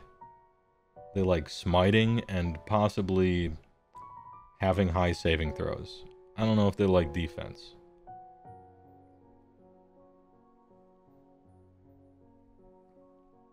Ranger likes surviving. Rogues like hiding. Sorcerers like power. Warlocks like occult lore. Which is very close to that. And then wizards love they spell books. Yo, you got any games on your spell book? I love spell books. Alright. Yeah, they could have probably chosen better words for these, but I think this is very humorous, and so I'm happy that it's here. Even though it's not helpful at all. In popular culture, just the zeitgeist of humanity, everyone basically knows what all these words mean as it pertains to classes. And the one extra word is maybe applicable. I don't know. He likes fight tan. He like weapon. He like no weapon. I like this table. It's funny. As a guy who plays fighters, I sure do like weapons. I mean, there it is. Maybe they're right. Paladins like oaths.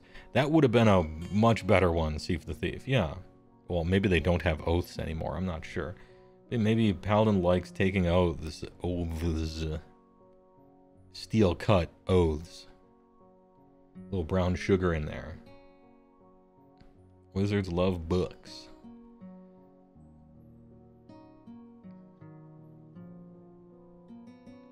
Fighters running common weapon is pretty great, though. They love weapon. Oh, yeah, complexity. Barbarian is average. Bard is high complexity. Cleric is average. Druid is high. Fighter is low. Monk is high. Oh, wow, look at that. Monk is high. High complexity. Paladin is average. Ranger is average. Rouge is low. And then these two are high, but Wizard is average. Damn. Wizard, are you going to take that?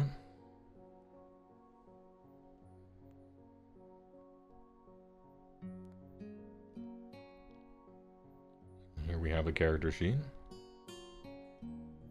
Thumb.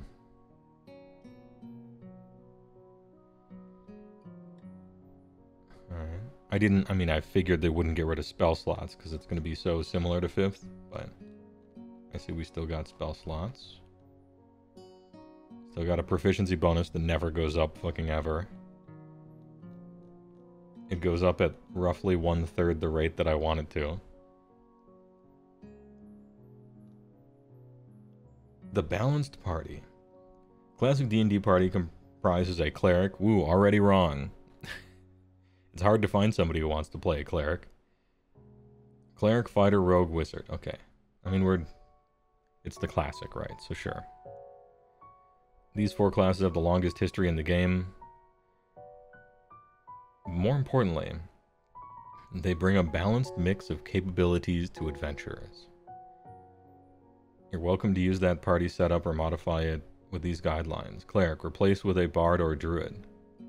Fighter, replace with a whole lot of shit. Replace the bard or ranger, and a wizard replace with, look at this, bard appearing everywhere. Instead of cleric, fighter, rogue, and wizard, why don't you consider a bard, a paladin, a bard, and a bard? Okay.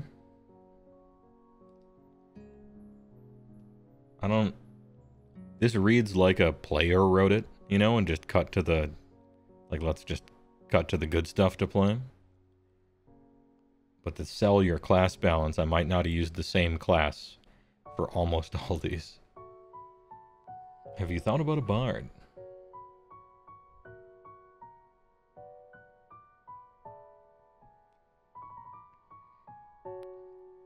Write your level. Write your character level on your sheet. So I can just write 10? No man can stop me? Alright, we're starting at 10. Hold that. Oh shit, hold that thought. You'll fill in more details about your class later. Choosing your class is the most important decision you make in creating your character. It informs many of the decisions you make in later steps. Mostly agree. Determine origin. Character's origin involves choosing a background, a species, and 2 languages. And species is... It sounds weird to me. I think of like xenomorph aliens and stuff when they say species. It makes me think of horrific biomonsters and stuff. I know it's probably a more appropriate word than race in a certain way, but I don't know, it sounds like a movie or something. Character's background represents place or occupation. Sure, choose background, sure. Chapter 4 is for backgrounds. I might jump to those. Your xenomorph bard is ready to party. Well, let me tell you what. They have the same ability scores as everyone else, but they have dark vision. And fucking Misty Step. There you go. That's the xenomorph race package. Sorry, species.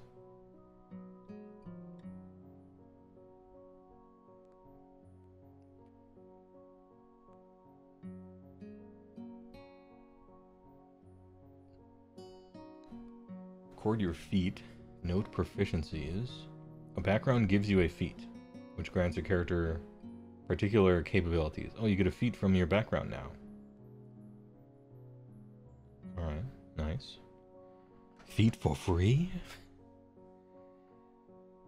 Acid blood, come on now. No, that's too interesting, Frank. All the races have to be basically just humans, except different colors. They have to all be the same. Acid blood is too interesting. All the species need to be as generically the same as possible. It's the best way to balance them.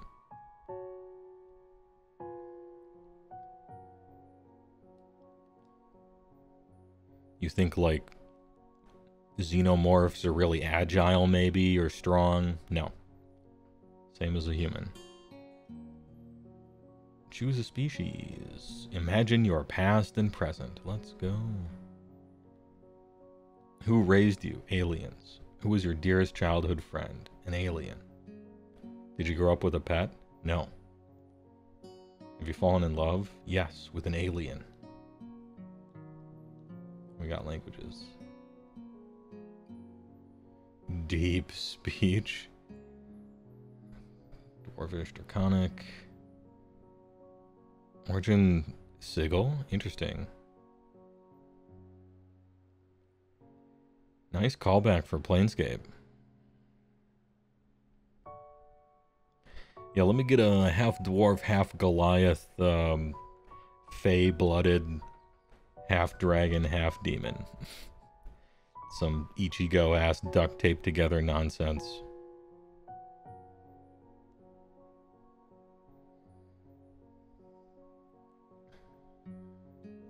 I like how aberrations have deep speech. What's the matter? Too deep for you?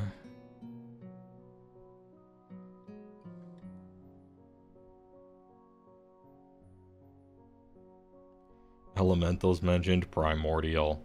Primordial includes Aquan, Auran, Ignan, Terran, yeah.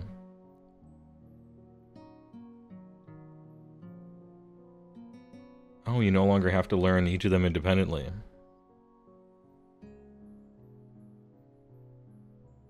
Various criminal guilds, you know.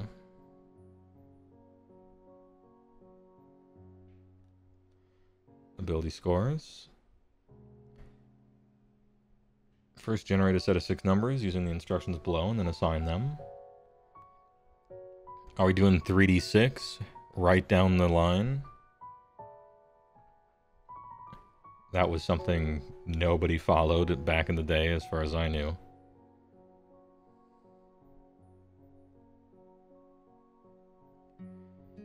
Use the following 6 scores for your ability. Oh, if you're just trying to instantly play the game as fast as possible, just use this. Use this goop. Random generation. Finally, some proper character creation. Obviously, you randomly generate it. Roll 4 d6s and record the total of the highest 3 dice. Do this 5 more times, so you have 6 numbers, and then look at it. And if it's not very good, then that kid thrown off the cliff, roll up another one.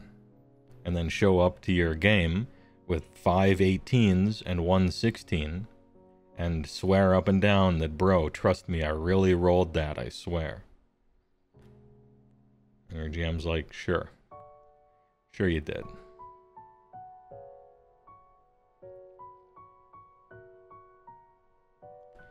Or you can do a point buy if you're a robot. Disgusting. Absolutely disgusting. I guess it's good for really quickly rolling everything up. But it's,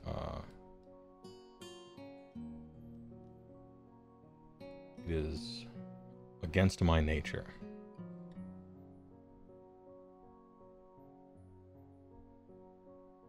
Determine ability modifiers, alright, yep. Describe appearance and personality. Definitely. And also describe the fit. I wanna hear what you really look like. Put some thought into it.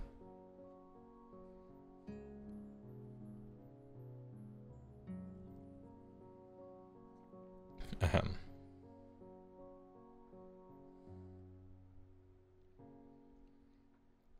You're a fan of the pre-chosen as you think people should have a bad stat. I mean, they'll almost certainly end up with one if they roll, but I suppose it's possible not to. If you're gonna have people roll, maybe do so publicly, you know? I'm not saying people aren't trustworthy, it's just, why give them the opportunity?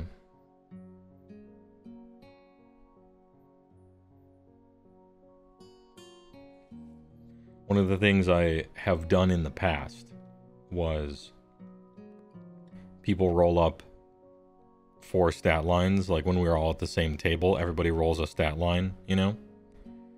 And then you compare all the rolls everyone made, and whoever has the best stat line, that's like the one everyone gets to choose from. And they can move things around a little if they want. And so the party's still balanced, but you didn't soullessly choose from some predetermined list or point buy method as if it were some MMO, you know, that cares about balance of you between somebody else. It's more like a draft where everybody's decks in a Magic draft are kind of balanced because they're pulling out of the same pool, you know? You can do it that way too. There's a bunch of ways you could do it. The main goal is that everybody, all of your players, have like reasonably similar stat lines. You don't want one person with crazy shit and one person who sucks, right? So the goal is, in general, a mostly fair allocation of stats, but still have a little bit of that mystique and magic of randomness instead of the cold hard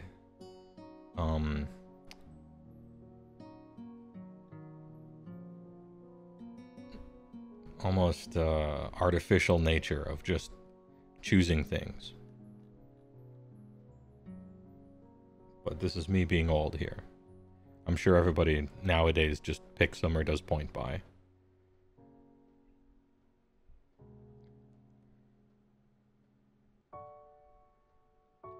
What are these D4s here?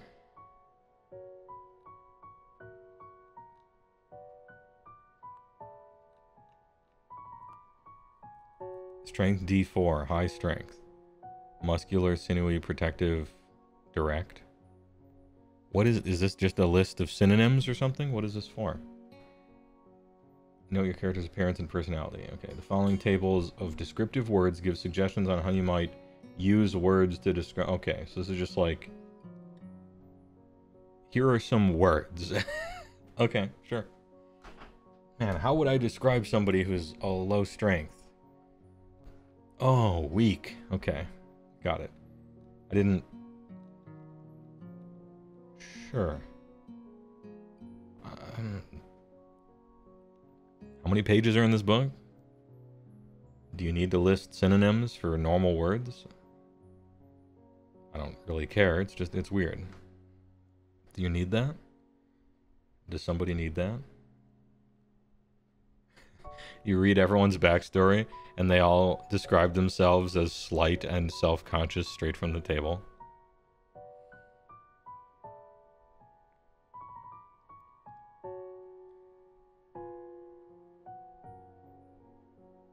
Anyway, choose an alignment.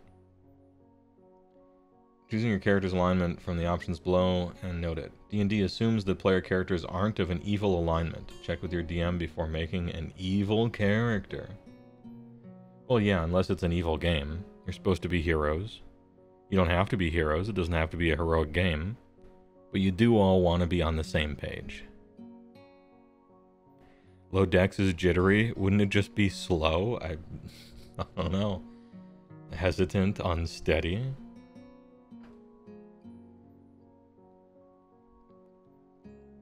Charisma, alright. Charming, commanding, hilarious, inspiring. Low charisma is pedantic, humorless, reserved, tactless, lugubrious. Why didn't they put that one on there? Alright, 9 alignments.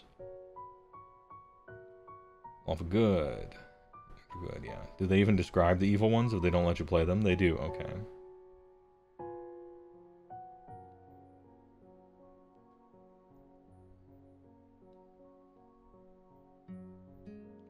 A villain pursuing schemes of vengeance and havoc is probably chaotic evil. Well, maybe. What did they say for chaotic neutral? Follow their whims, valuing their personal freedom above all else. A scoundrel who wanders the land living by their wits is probably chaotic neutral. Okay. Okay. A character who wasn't allowed to be evil, but Dylan! Also wants to be annoying. You son of a bitch. Oh. Big raid. Hey, catchy cantrips. Thanks for the 21 member big raider. A dimension door opens and small round creatures begin rolling in. It's tattoo takeover. Let chaos begin. Oh, this is so fun. There's a little message like they're coming in from magic. How fun. Welcome. What were you guys doing?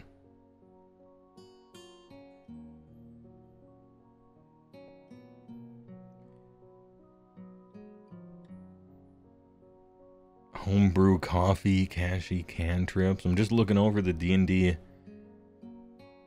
Oh, I promised I would use the right name, and I'm trying to think of it. 1 DND, right? 5.5 kind of thing. Just finished our interactive actual play game. Nice. My next one is Thursday, but I'm looking over the brand new D&D stuff right now. Was it this, or was it the older one? What were you doing? Tay Barracuda thinks it's tier 1 to cash your cantrips. Appreciate it. Twitch Prime. Just 5e, no big deal. Soul Assassin, thanks for the prime. I like how they have little sigils, isn't that fun? I don't know, I like this kind of art. Just 5e, is it a world of your own making? Or is it a campaign setting? I'm like scrolling through and commenting on all this stuff because I haven't looked at any of the new D&D 5.5 stuff yet, so I'm kind of like digesting it over the course of the next 700 hours. They do be giving you a lot of synonyms for just normal words here, which I suppose is okay, but people do have the internet. Conceivably, D&D players still read as children. I don't know. Man, how would I describe a chaotic character? Loquacious.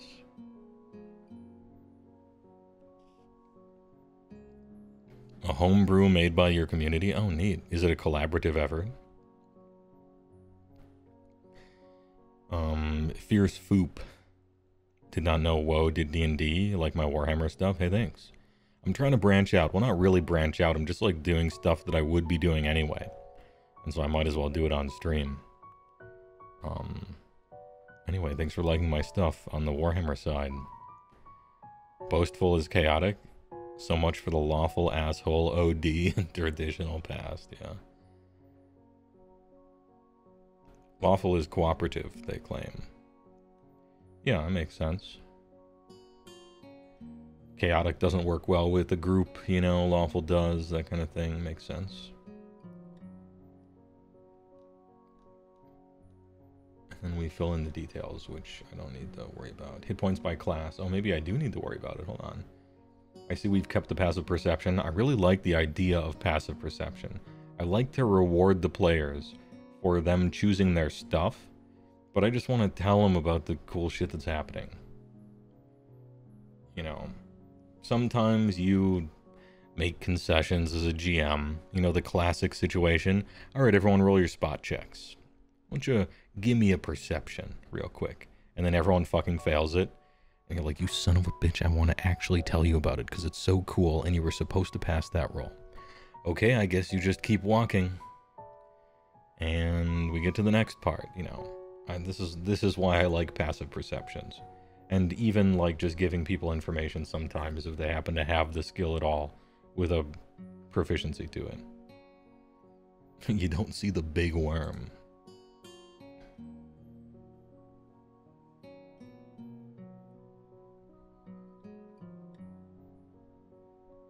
Use passive history for the same reason? Yeah, I think that's a good idea. I do similar things for many of the skills even. Lurking while chatting, no big deal, dude. When I go offline, I need to like decompress. And so I don't expect people to hang on my every word after a raid. Your work is done. Do what you wish.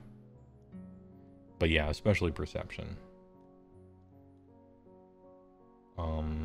Barbarian.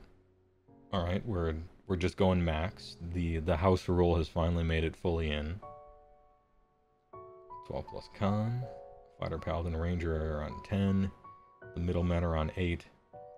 And Sorcerer and Wizard, fresh off the upgrade from last edition of no longer being D4, are up to 6. Kind of moving on up.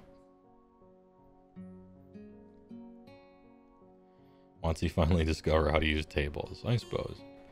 You like the vibe, it's super chill. That's, in general, what I'm trying to do. I started using those Twitch, what are those things called? Tags, you know? And so I got to write, like, low energy as kind of a meme, but also very descriptive, I would say. My streams are generally, people are supposed to be painting their Warhammer figures, too. And so it's just something to have on. Yeah, monks are still 8, Fingpat, do note. Monks still on that 8 gaming. No 10s. Should make everyone 20 plus con at level 1, then apply hit dice. Sounds like you want to start at level 3. Which I don't blame you for. I would too.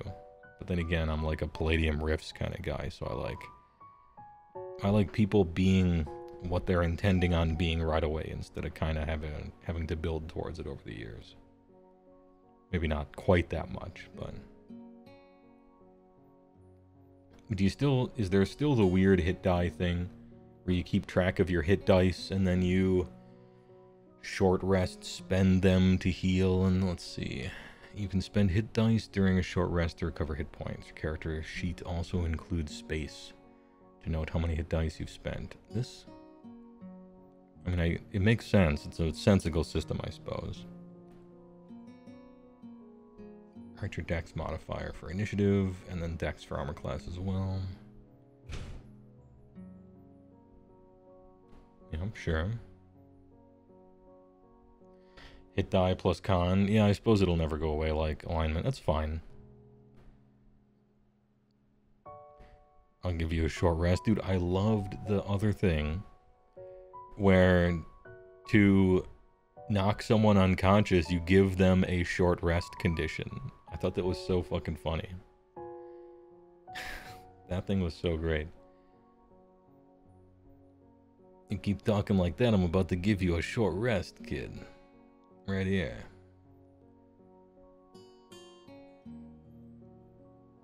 The spell save DC is still 8 plus ability mod plus prof.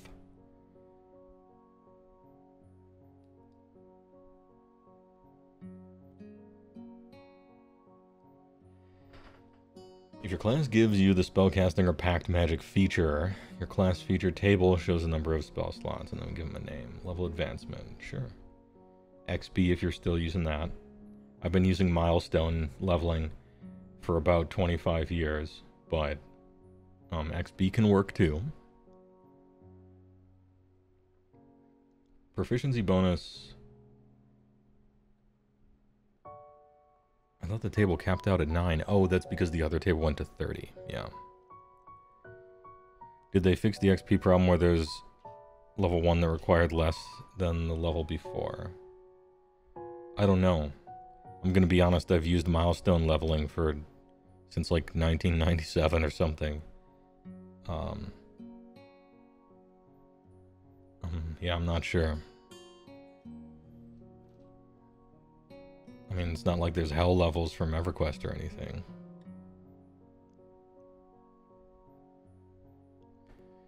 Milestone is superior. I mean, I like it, but, you know.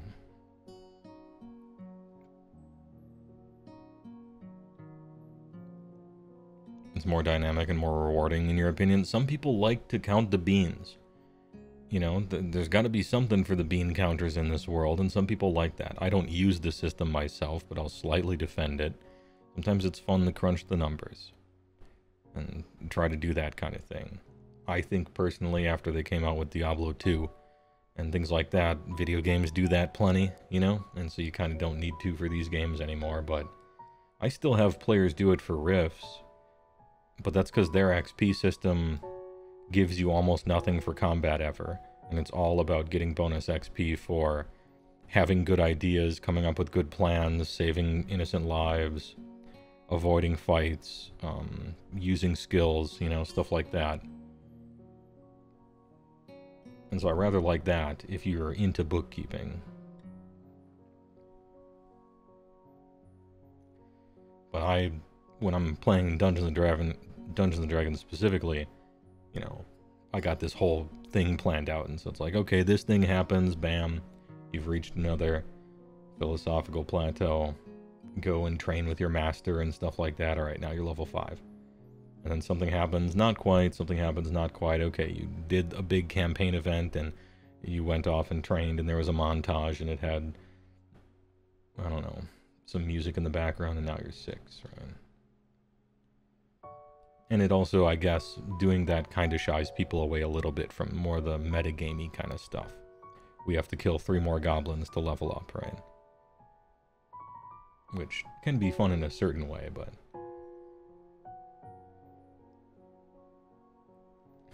He's got the tuning fork. When you gain a level, most characters advance in the same class. However, you might decide to gain a level in another class. Alright, so we're still multi-classing, and we're no longer calling it optional. Because it was clear that when they called it optional, everybody just did it.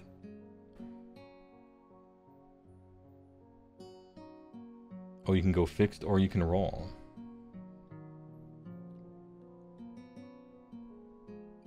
Which produces pretty similar hit points all the way up.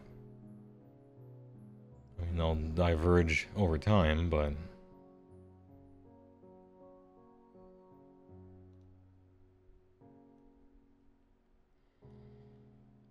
Bonus feats at 20. DM can use his feats. Okay, cool. Tiers of play. Tier 1, level 1 to 4. Tier 2, 5 to 10. 11 to 16, 17 to 20. Sure. Starting at higher levels. Music to my ears.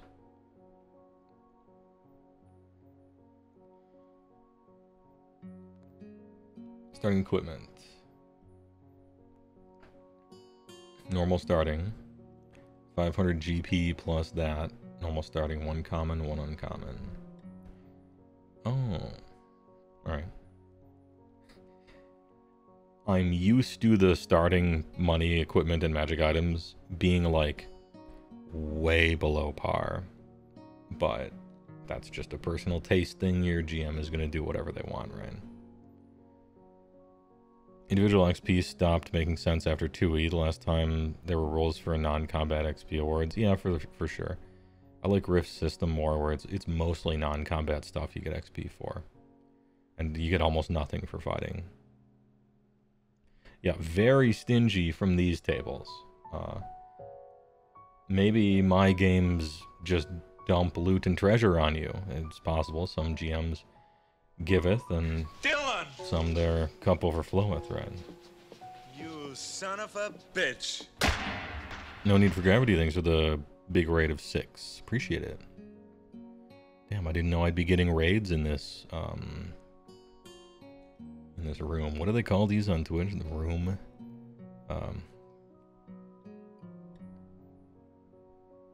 Channel? I don't know. What do they call these things? Channel, I guess. Anyway, thanks for stopping by. No need for gravity. With raiders.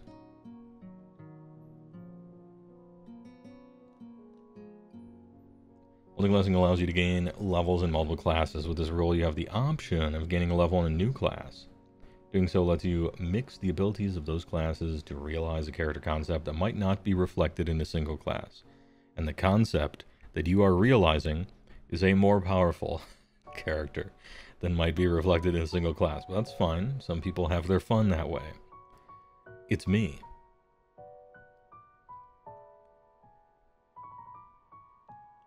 Hit points, whatever. Proficiency, sure. Yeah, you just take your overall character level. If you gain the extra attack feature from more than one class, the features don't stack. I mean, if they did, you would just... It would be the 3.5 Dungeons & Dragons all over again, right?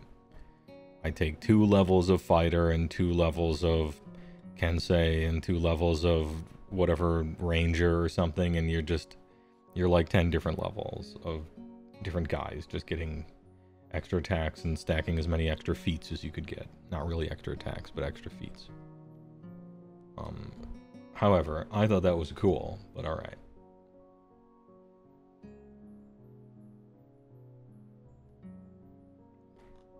Do you only just get 1 extra attack effort then?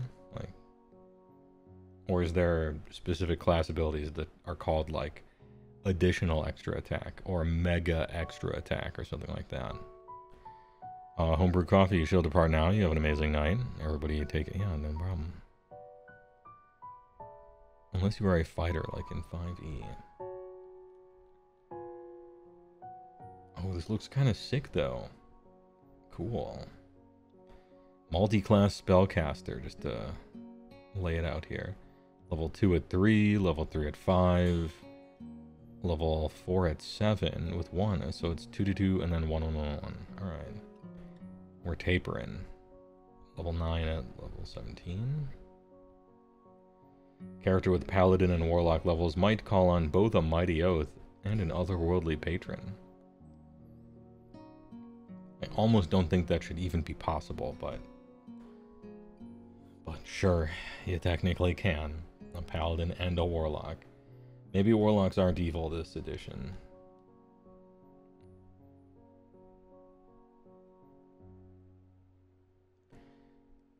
I love the trinket table. I'm pleased they brought it back. Oh, that's this guy's thumb. I love the little trinket table where you roll on it and you're like, ooh, I got a weightless stone. How cool is that? I just think this is fun, isn't it? Yeah, Directory Jim Rendo on YouTube. Directory or maybe Category, you're both right.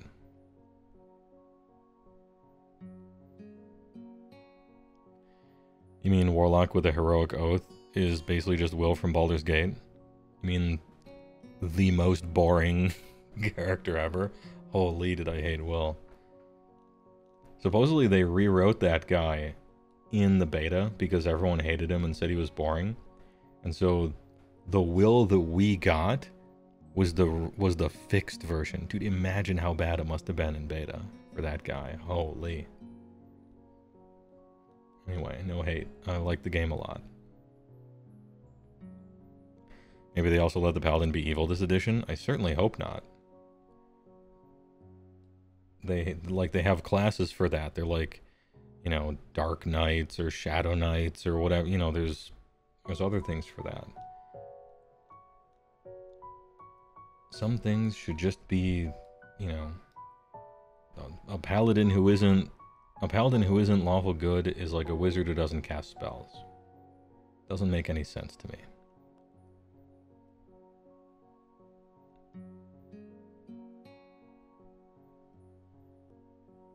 Raiders, if you've been here for 15 minutes, remember to click Heywoah's name twice so that you count as a viewer. Is that a thing? I've been streaming for a long time, and I haven't heard that. But it seems harmless. There's one simple trick. Twitch hates him. Doctors hate him. Find out how to count as a viewer. Alright.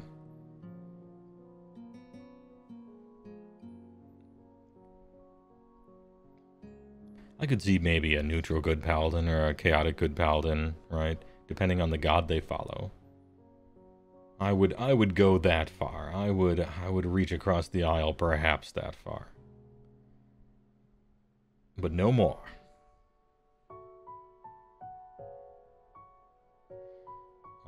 Character class provides characters' most exciting capabilities. Alright. I don't need to read through that, right? Because we can just go through it. Big axe. Nice axe. Very good. Oh, you kind of can't see it because of chat. Apologies. But nice axe. Very well done. A fierce warrior of primal rage. Primal rage? For the Atari Jaguar?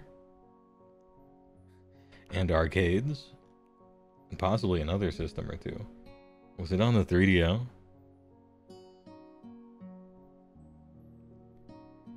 The Monkey Biz Fatality.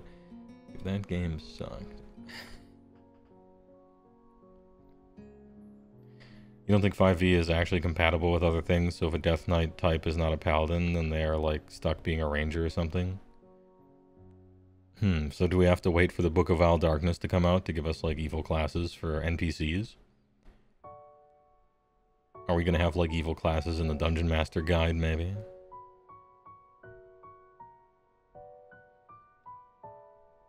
Welcome, Mozzarella.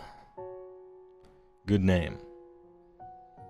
You have to eat late dinner, but it's so nice to meet and hope to catch up. Yeah, no problem. Mozzarella comes in here, tells me they need to eat late dinner. Very appropriate, makes sense, good name.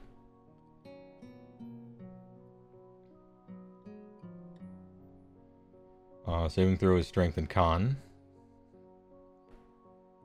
You get either animal handling, this skill again, ugh, athletics, intimidation, nature, perception, or survival. I mean, those are some good ones.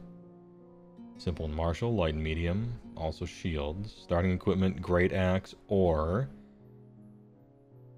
gold. Okay.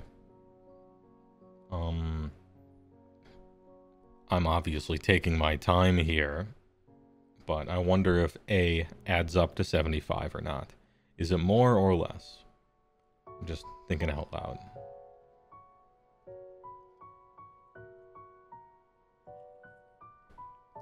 Ahem.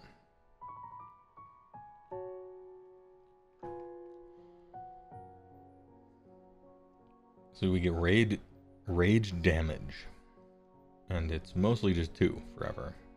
Very tiny increase. Weapon mastery, you get some. Whole bunch of words printed here. So a decent chunk of abilities right away. And then after 6, we kind of fade off. Got a proficiency bonus there. Switch hats? Sure. I will. I'll probably go for the big hat. And also, I just ran out of Dr. Pepper cream. So I'm going to cut to commercial, be right back. Get up and stretch your legs, been watching for 2 hours and a half. Got to get that blood flowing a little bit. BRB, break time mozzarella. Please enjoy a commercial that I made. Alright. Oh yeah, I gotta switch hats.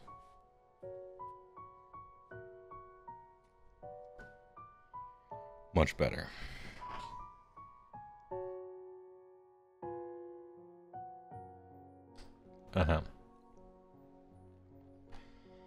Okay, things I was looking for to improve upon for the Barbarian. I hated the fact that rage was long rest, and you got so painfully few of them per day, and almost all your abilities only worked when you were currently raging. And so you had a big red button that you could press, but you kind of didn't want to every encounter. It was like a wizard who has 1 spell slot left, except that was kind of your whole deal. And so I guess what I'm looking for, like as a player, obviously you just want everything to be on a short rest, right? But that's going to depend. I'm looking for them to be able to do a lot more when they're not raging. Or get more rages, or have them be short, or whatever, what have you.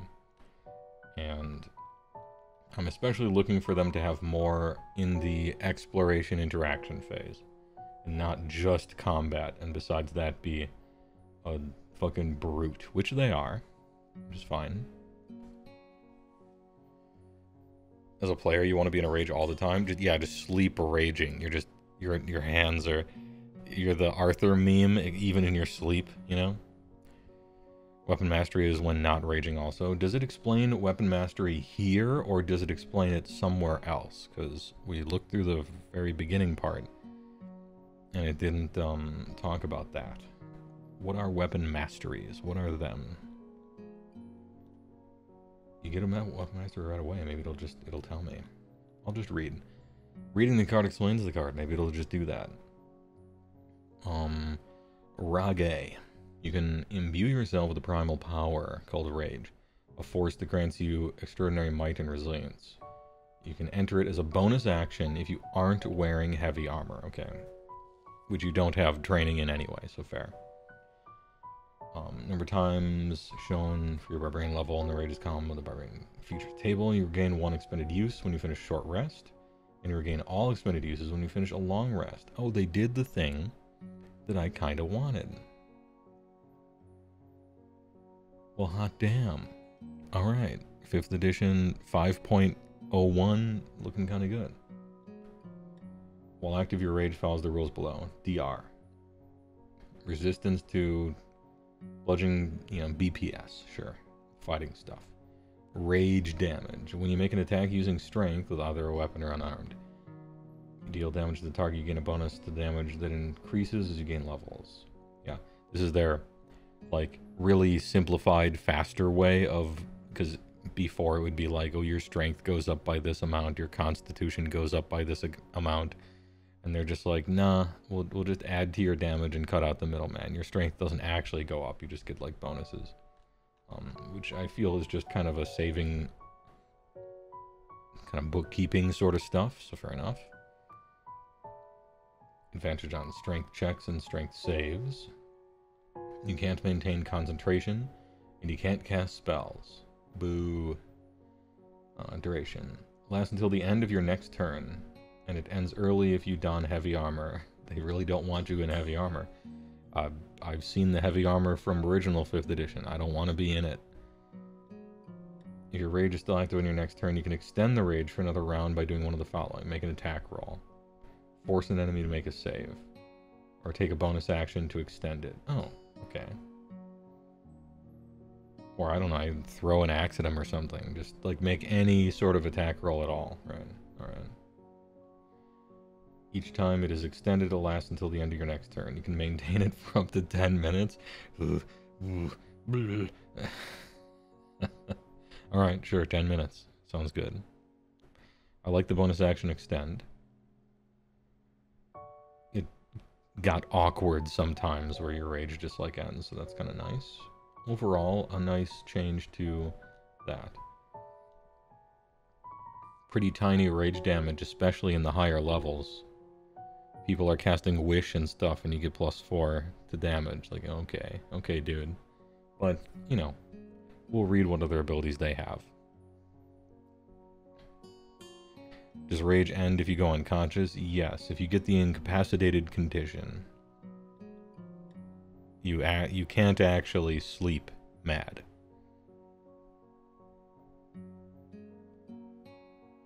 And it specifically says an attack roll against an enemy. And, you know, punching a wall. Some barbarian named Trevor with a monster punching holes in drywall doesn't count.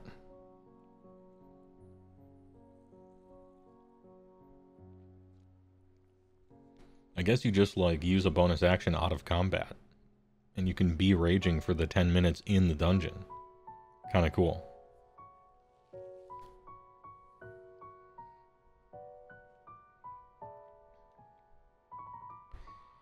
While you aren't wearing any armor, your base armor class is 10 plus dex plus con.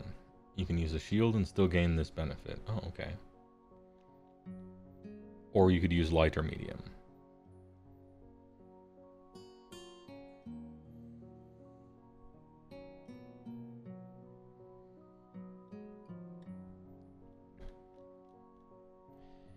Your training with weapons allows you to use the mastery properties of 2 kinds of simpler martial melee weapons of your choice, such as great axes and hand axes. Whenever you finish a long rest, you can practice weapon drills and change one of those choices. Oh, cool. Nice. You can perform some barbarian kata.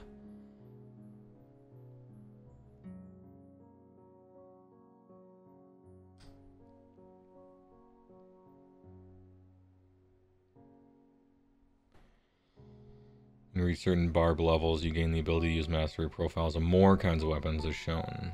Sure. Yeah, Conan does those on a cliff. Alongside the ocean. Yeah, dex plus con. So you might be a little mad, but not really. I mean, you wanted those stats anyway, right?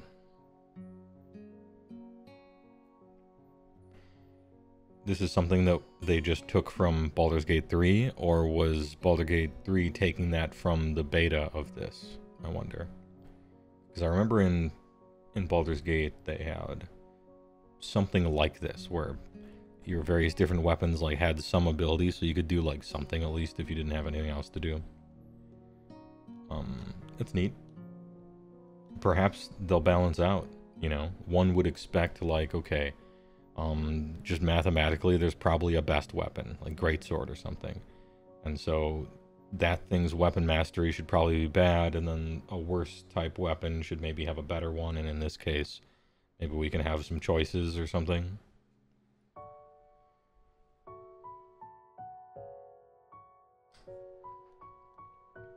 Danger sense.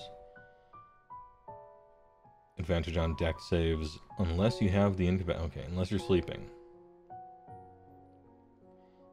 Advantage on dex saves is real good. Didn't this used to be an initiative bonus as well? I can't remember. It's actually been too long.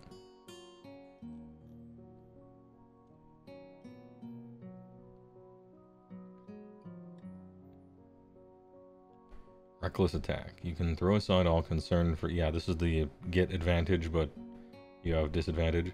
When you make your first attack roll of your turn, you can decide to attack recklessly. Doing so gives you advantage on attack rolls using strength for until the start of your next turn, but attacks against you have advantage as well. I appreciate that you can do that outside of a rage, which was also how it was before. It's unchanged. Recklessly attacking. And it, in a sense, it kind of evens out, right? And this is how it was in 5th, where is it? You take half damage from melee, but people are at advantage to hit you, and so conceivably they hit you more often, but you take half, and so it's kind of like you're even. Barb subclass. The Path of the Berserker, the Path of the Wild Heart, and the Path of the World Tree, and the Path of the Zealot. Oh, we get 4. Okay, cool. We get 4 subclasses, not bad.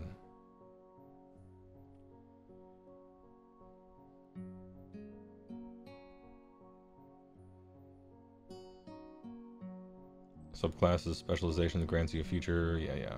For the rest of your career, you gain each of the subclasses features that are of your barbarian level. Primal knowledge. You gain proficiency in another skill of your choice from the skill list available to barbs at level 1. And you got 2, which will be for sure perception, and then probably nature. Because athletics, you'll just pass those anyway. But I could maybe see survival. But definitely perception, probably nature. And so your third choice will be survival, maybe. Okay. I mean, giving us anything else to do outside of combat is a plus, so fair enough. Athletics is a third choice, you would think? Yeah, maybe. I mean, by the time you get this and then start leveling up, perhaps some of the athletics checks start to get harder, and you really do want your proficiency to them.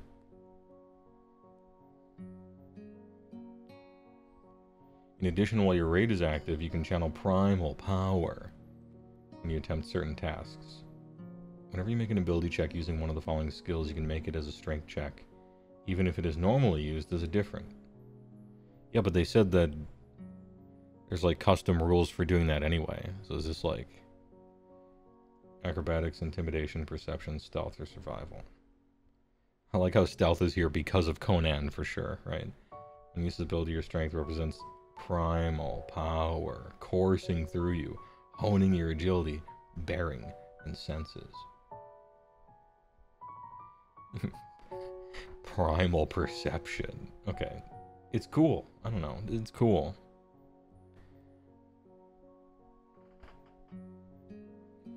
How do you conduct Theater of the Mind combat? Your players always want a grid. You just explain it. You just explain what's happening. You know? You know, the other day I was running a Rifts game a few Thursdays ago, and the players entered this arena on a rifted-in alternate dimension, like, dangerous blood planet, and there was a big coliseum, and all these people were fighting in it. It was like a King of the Hill thing, and I explained what everything looks like, and, oh, this is up here, and that's what the holy symbol looks like. You can see the moon through the twin towers of it, and lightning cracks and everything, and then the guy on top throws the challenger down and points and says some Duke Nukem shit at you, and then, you know, you roll initiative, right? And I'm like, okay, as they're rolling initiative, I'm like, all right, so the arena is this many feet across. It's a big circle.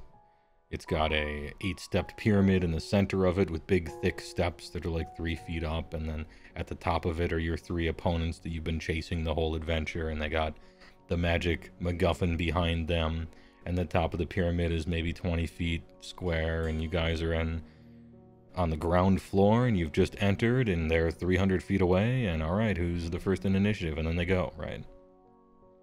And then the party's like, okay, yeah, the Azrakan Special Forces guy is like, all right, I'm gonna scoot to the left and swing it wide, you know, and then I'm gonna shoot the person with my special gun, and then the next person was like, all right, I'm gonna start casting this spell, and then it was time for the NPCs to go, and I'm like, all right, the crazy wired gunslinger guy who's got mind over matter implants in his brain that he's sanded down into points, and he's looking crazy, and he pulls out both of his guns and throws a Psi Sword Mombele at them and like ricochet shots off of it to hit other people, and he throws it at whoever's in the middle.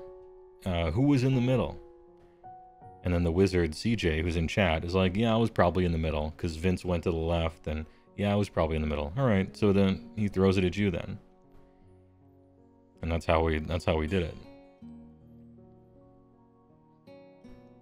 And then it gets to Vince's turn, he's like, so how far away exactly is that? Well, it's about this far away. Alright, well, I moved that much closer to it, and there you go.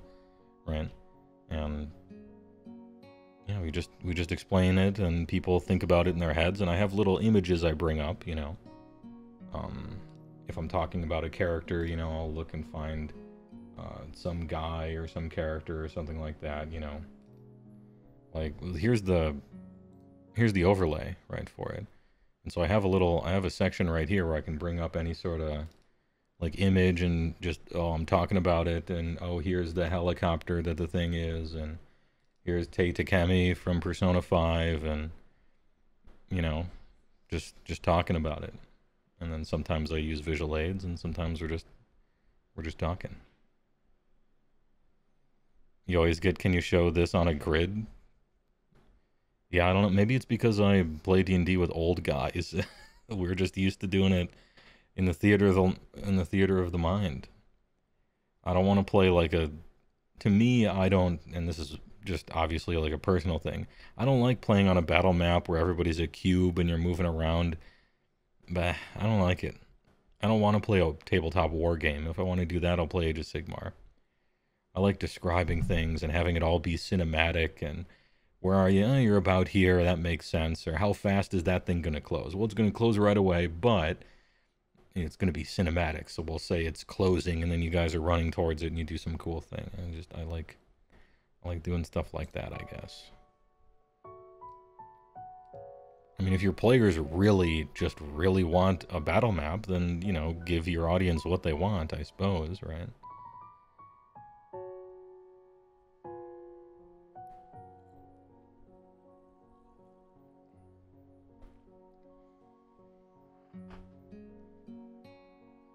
Wait, leave her up, leave her up.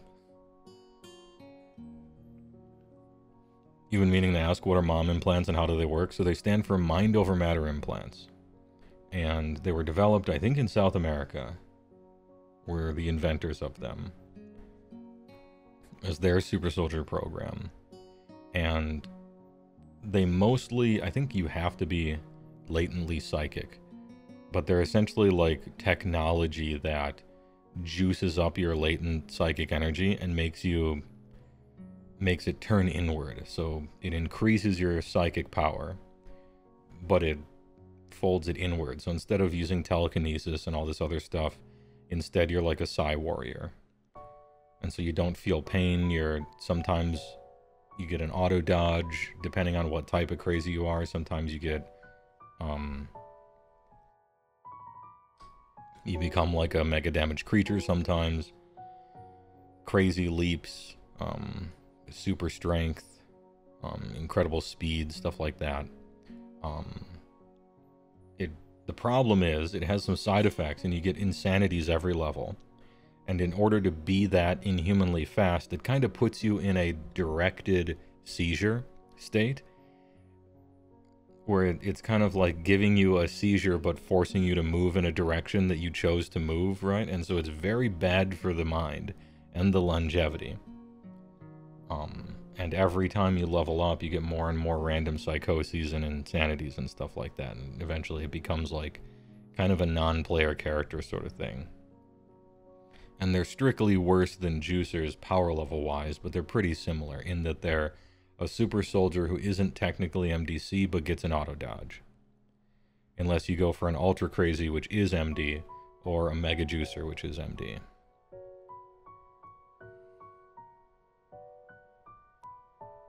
Anyway, great question. Brazil rise up, let's go. I don't speak whatever that is, I'm afraid. And if I tried to sound it out, I would embarrass myself, so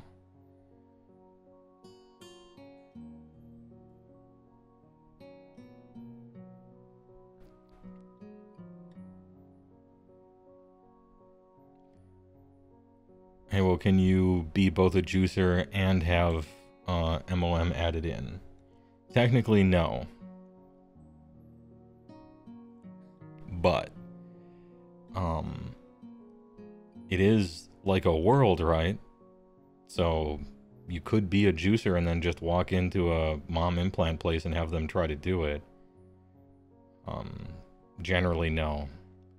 Both of them put too much strain on your body in different ways, and one of them you need to do, yeah, it wouldn't work out. The game mechanic reason is because typically in Rifts you can't multi-class. You take one class. That's like the game answer. The in-world answer is, oh, your humors, they can't handle it, you know, whatever. There are ways to technically be able to do it via weird loopholes in one of the 55 books or 65 books or whatever.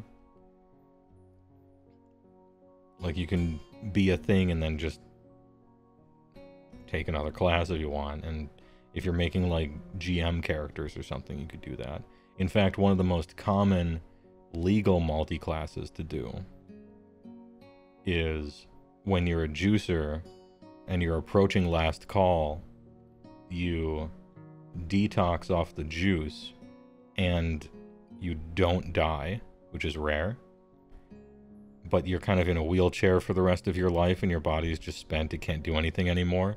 And you can't handle that. Like, you can't deal with being a superhuman who can see individual drops of rainfall and cut them in half like it's a cutscene from some weeb game. And then now your body doesn't work and you can't handle it. Most juicers that survive end up becoming full conversion cyborgs for that reason. And that's an in-world, like, very canonical thing that tends to happen. And technically, that's a multi-class, right? You're taking an extra OCC, but it's not like you still have any of the juicer stuff, so it's kind of more like a backstory thing.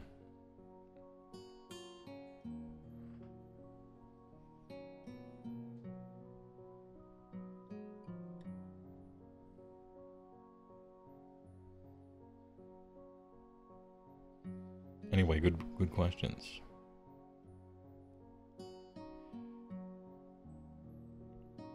You wondered if you could Atom Smasher and become like 95% modded with whack shit and be 5% sane? Yes, you can. It's called being a full conversion cyborg.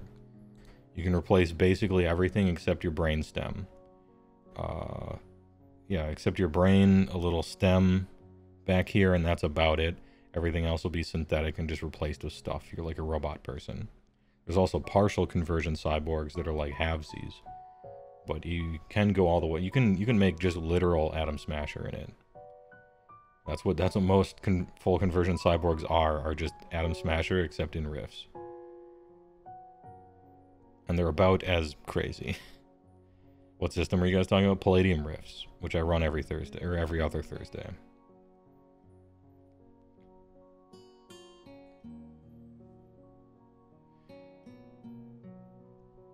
You're playing in person, you run with tape measure. Online, you run with grid map. Okay, makes sense.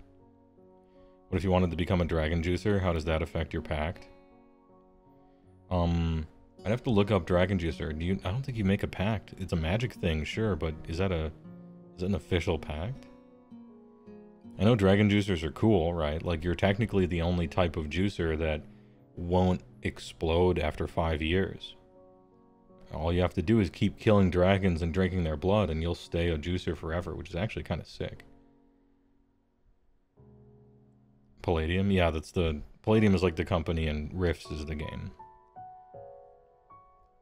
The rules are like complete spaghetti, and you have to house rule basically all of them to get them to work. But it's just the best. It's just the best. Yeah. It's super flawed, but in really endearing, wonderful ways, in my opinion. And it's one of the better settings out there. As someone who still plays 3.5 edition D&D, your big issue with 5th is the skill system. After level 1, you don't multi-class or take a feat. You never learn more skills. Yeah, that is a little weird, isn't it? And everyone just kind of knows all the skills and can kind of roll them. Which I suppose is convenient. But you would think you would be consistently just learning skills all the time, but maybe you can only focus on a few of them. I guess. Yeah.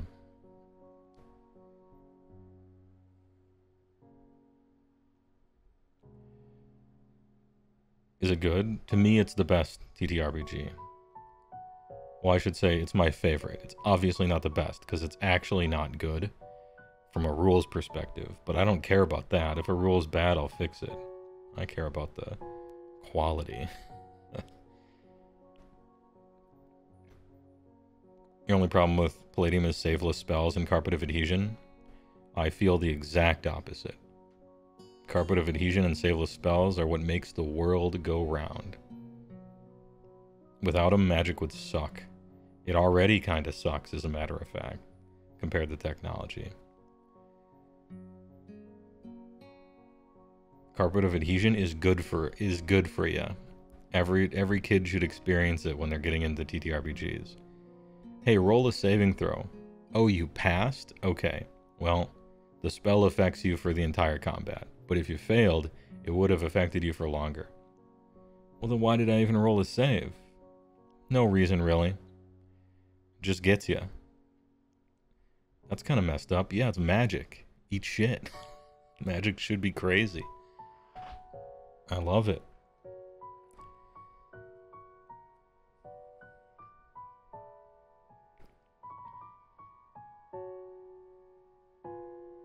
The best is like Savage Rift, where it's still Rift, but uses Savage System. Absolutely disgusting.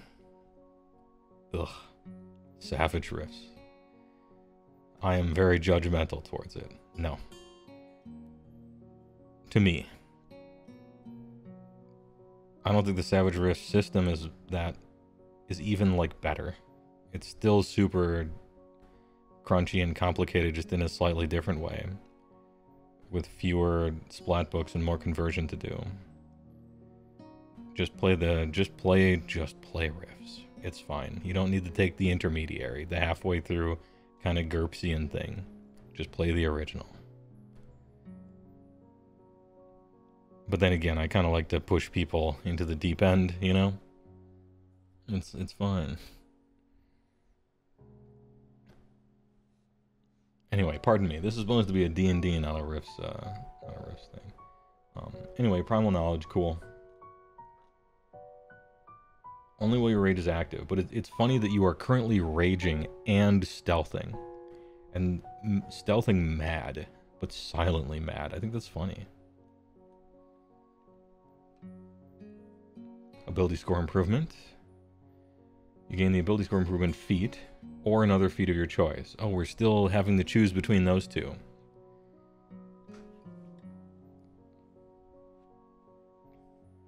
I was hoping we would fix that. Well, maybe not. I say fix, it seems like I'm leading you on. But I never liked this choice between these two things.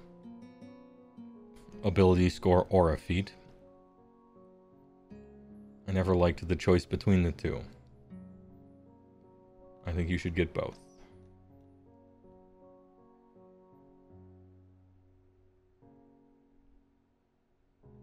You can attack twice instead of once whenever you take the attack action. Sure. Do you ever get, like, more? No, you're attacking twice forever. Okay. So you're a swing twice kind of guy. Forever. Twitch Prime. Baby Seal loves bagpipes. I think it's Big Prime. 19 months. What is that mace axe thing? I don't know, man. I was about to comment on it. Or the 5-finger sword here. Jesus. The girth. What's your favorite magic color? Gold and shard wedge. Favorite magic color? Competitively blue. Commander-wise, green. What's my favorite gold? I mean, I don't know. Sultai, maybe.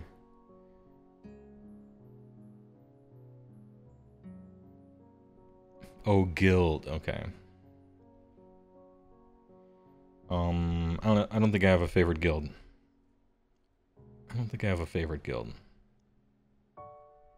I like a lot of the guilds. And my answers would be wildly different if I was talking about back when I used to be a grinder and back, and now that I'm just a commander player.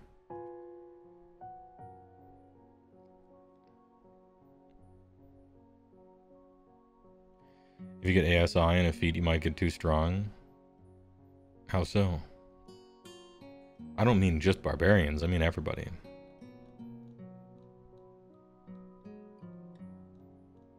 You know?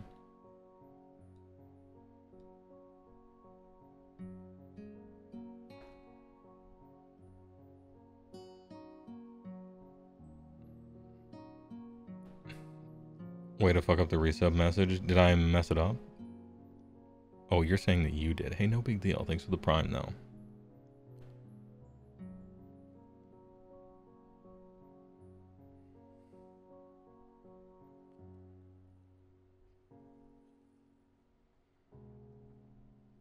It just literally doesn't matter how strong characters are, right?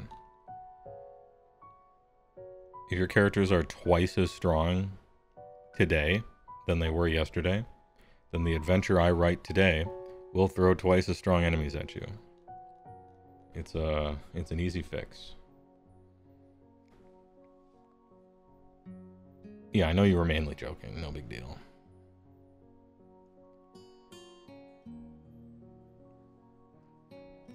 Speed increases by 10 while you aren't wearing heavy armor. Your instincts are so honed that you have advantage on initiative rolls. There it is. Alright, big. Brutal Strike. If you use Reckless Attack, you can forego any advantage of your choice on your turn. Chosen attack roll mustn't have disadvantage.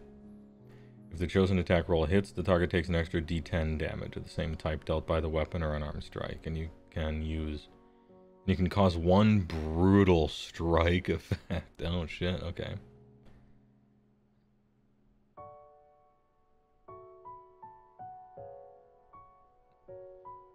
Target is pushed 15 feet straight away from you. You can then move up to half your speed straight toward the target without provoking attacks. For free? Or the target's speed is reduced by 15. Target can be affected only by one hamstring blow at a time. The most recent one? Boo, I want to, you know, John Henry working on the railroad over here. Just hamstring blow over and over until their speed is 0. That shit would be sick. That would be cool. Where's the harm in that? Just hammer away. What's the problem?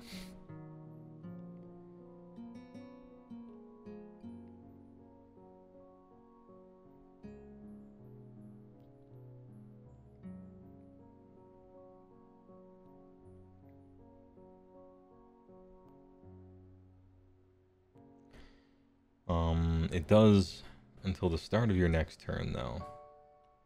So it's not like you could do any more than 2 in any case, right?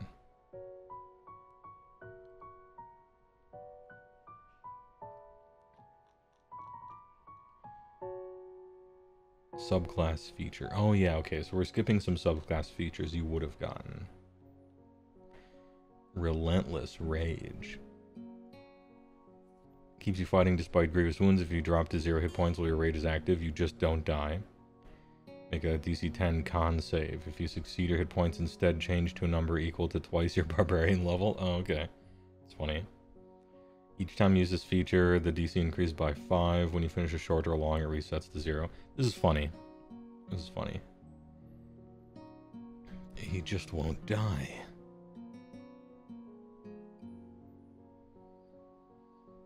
Improved Brutal Strike. You have honed new ways to attack furiously. The description here. The target has disadvantage on the next saving throw it makes, and it can't make opportunity attacks until the start of your next turn. Combo! Look at that, we have a little synergy here for the party. You improved Brutally Strike them by way of your research in the library to figure out how to attack more furiously. And they have disadvantage on the wizard's next save or die spell. That's cool. It's like that stock footage image of the guy with the bottle dropper over the flask. Alright, cool. That's neat. You can set up the 1-2 combo. Does dash double your speed or give you extra move on the new thing? It's an action that gives you an extra amount of movement equal to your move. So it's like buying another movement action with an action. As far as how I read it, anyway. Sundering Blow. Before you start of your next turn, the next attack roll made by another creature against target gets +5. An attack roll can gain only 1 Sundering Blow bonus. Boo. Let it stack. It's harmless. Anyway, cool. You have like little synergy stuff to do. It's at a very high level. But I appreciate them giving you little combos to set up with the party. That's fun. Persistent. When you roll initiative, you can regain all expended uses of rage. At level 15, I should hope so. After you regain uses of rage this way, you can't do so again until you finish a long rest. Oh, okay. In addition, your rage is so fierce that it now lasts for 10 minutes without you needing to do anything. Good. Nice. That's how it should work at level 1, but alright. Well, we got there. Your rage ends early if you have the unconscious condition. Not just the incapacitated condition. Oh. But heavy armor still, can't do it. Can't do it. You get all of your uses of rage back magically. Even if you're incapacitated, you're fine. You have to be unconscious. But man, you put on that heavy armor. That is your kryptonite. You absolutely fall apart. Your shoelaces are tied together. It is all over. Improve Brittle Strike. The extra damage in Brittle Strike increases to 2d10. And you can use 2 different Brittle Strike effects. Cool.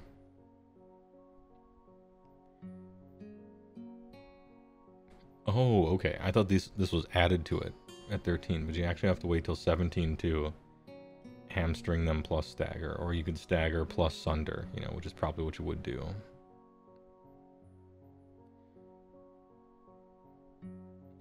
Indomitable might.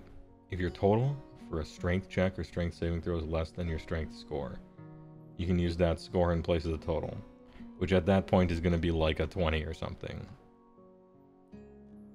Maybe even a 26. Whatever belt of storm giant strength, that's the shit that you're wearing. Your strength checks are huge. Epic boon, you gain an epic boon feat. You gain an ed boon feat, or another feat of your choice for which you qualify. Boon of irresistible offense is recommended. Oh, I like how they give you a little recommendation here.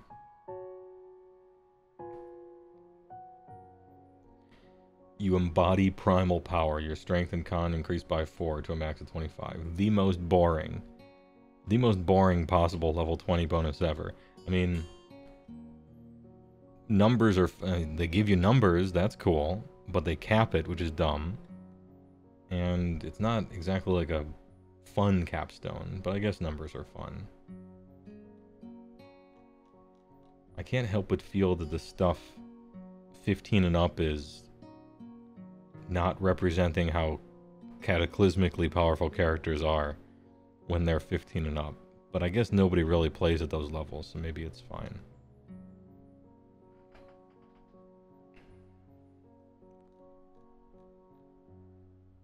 Like, at level 15, you get something that I consider to be a quality of life you might have gotten at 2, and it wouldn't be that big of a deal.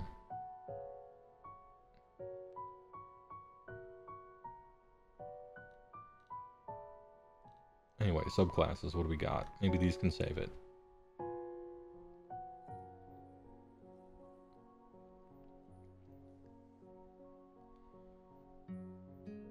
Path of the Berserker. This is the one you take if you want to, what? Become hasted all the time or get more damage. If you use Reckless Attack while your raid is active, you deal extra damage to the first target you hit on your turn with a strength-based attack. A number of d6 is equal to your rage damage bonus and add them together. Damage is the same type as the weapon. So instead of +2 damage, it's +2d6 damage. That's considerable. It's a considerable amount of, you know, it's like hitting someone with a greatsword, 2d6.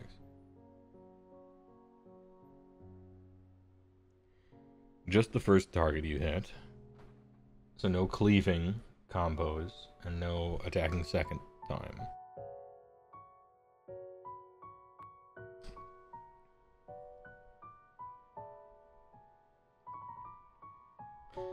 Seems that you get your rage bonus as well, because it doesn't say you don't. Alright, so you're actually frenzying people. You're slapping them. That's cool.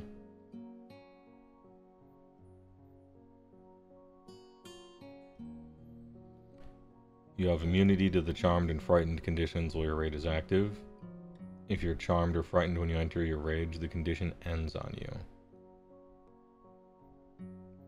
Cool. Alright. It's like a totally passive thing, but those are annoying conditions to have, and just being immune is nice.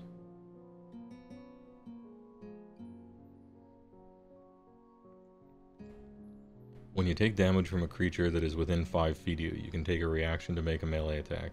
Oh, Karmic Strike! Let's go! Nice. That's fun. They brought it back! They brought back Karmic Strike. How fun.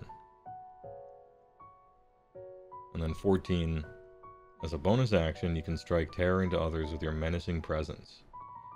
That primal power comes back.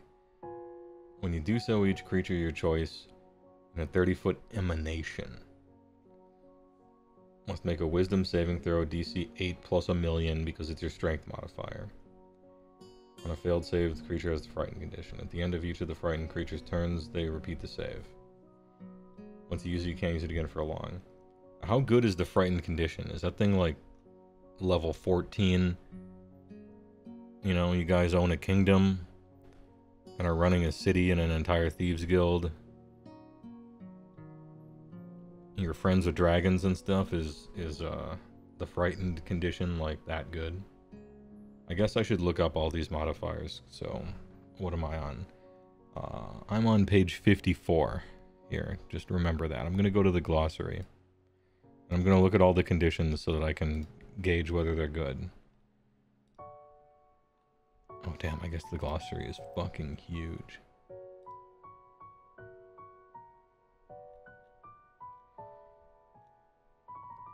Maybe I'll check them one at a time, huh? Well, you have the frightened condition, you experience the following effects. Ability checks and attacks. You have disadvantage on ability checks and attack rolls. Well, the source of fear is within line of sight.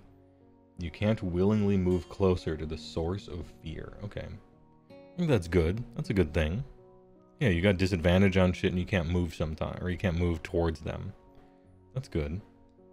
Frightened is good. You yourself are immune to frightened at level 6. Yeah. And charmed. That is pretty good. In a big old area. And your strength is probably incredible, so the DC might be actually high. Movement control. You can start hurting them like a German Shepherd, you know? Because they have to move away from you, maybe.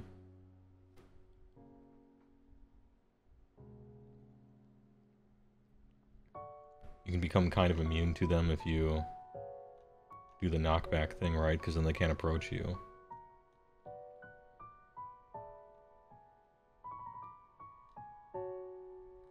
Okay, Path of the Berserker is cool and fun. I definitely think that Frenzy should be able to work on extra attacks once you get them as you level up. But that's just part of a giant bundle. Like, I have just a bundle of complaints that, like, the first whatever amount of levels are looking good, and then up here, I just don't think we're getting the scale quite right. I don't know if it's more, I don't know if it's more powerful, I don't know if it's more impressive, or more scaling or something. But yeah, the second half, maybe everything will fit together. I'm just talking on its looks, right?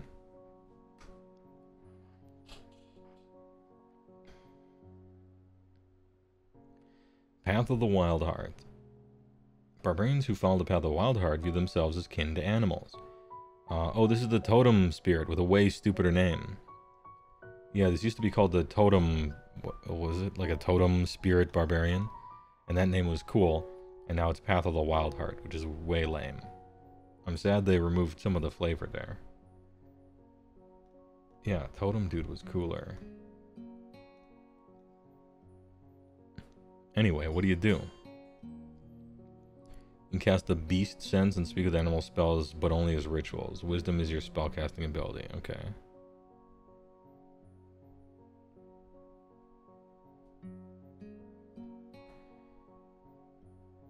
Speak with animals is a really fun, like, GM interaction spell, for sure. Give you something to do outside of combat, right? Rage of the Wilds. Oh, you get a second thing. You get 2 things at 3. Okay. Your rage taps into the primal power of animals. Whenever you activate your rage, you gain 1 of the following options of your choice. While your rage is active, you have resistance to every damage type except Force, Necrotic, Psychic, and Radiant. I could have sworn you used to have this.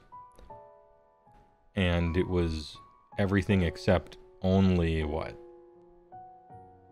Psychic, right? It was something like that. I don't want to like look it up right now, but I could have sworn that Bear used to only have 1 exception. But maybe I'm wrong. It was everything except Psychic. Bear nerf, huh? Yeah. This is a lot of exceptions just to have it be, you know, whatever. Boo. Eagle. When you activate your rage... Oh, hold on. You don't have to choose one of these, right? Whenever you activate your rage, you gain 1 of the following. So this is every time you rage. Instead of choosing 1 and locking it in forever, you get to choose it each time. That's cool.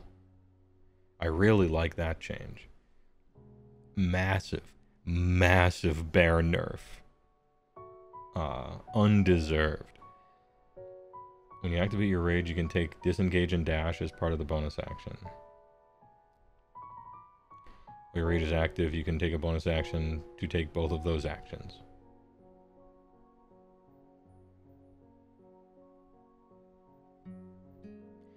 So when you activate your rage as a bonus action, you can also disengage and dash. Actually just flying around the battlefield.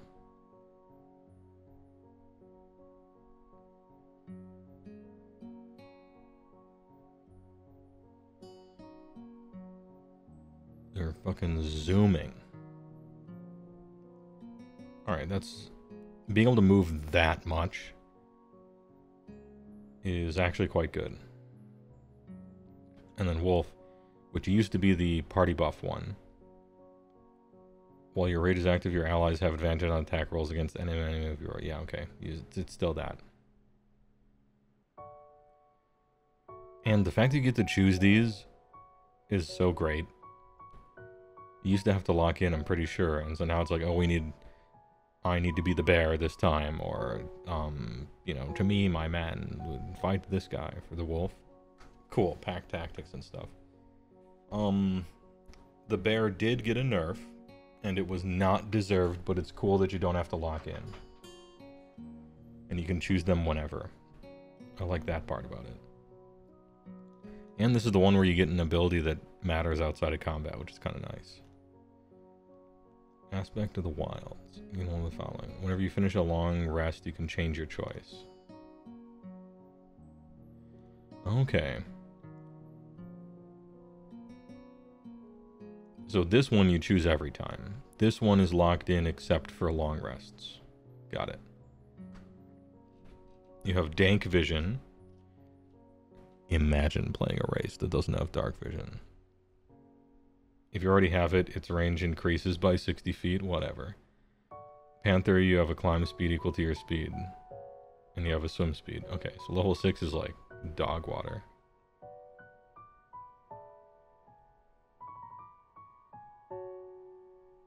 Oh, I suppose it's... No, you're right. It's not during rage. Okay. In my head, I just was like... So when I'm raging, I can see far... No. This is always... That's why this doesn't suck. That's why this isn't bad. It's not bad because it actually works outside of your raging.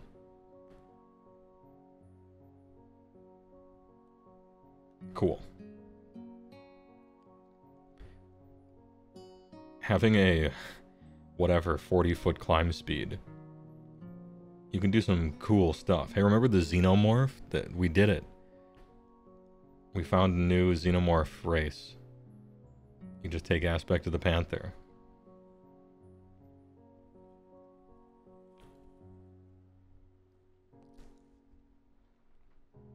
And at 10 you can cast Commune with Nature, but only as a ritual.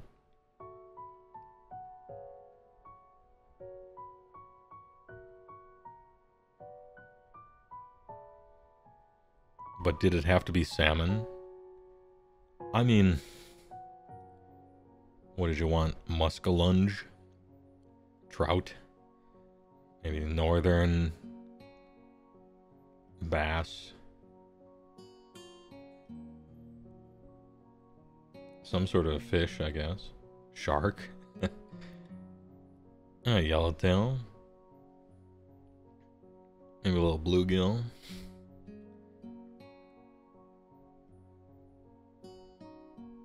What's Commune with Nature do? I suppose we'll look when we get to the spell section. The buffer fish, yeah. It should have been a whale? True, actually. It should have been a whale.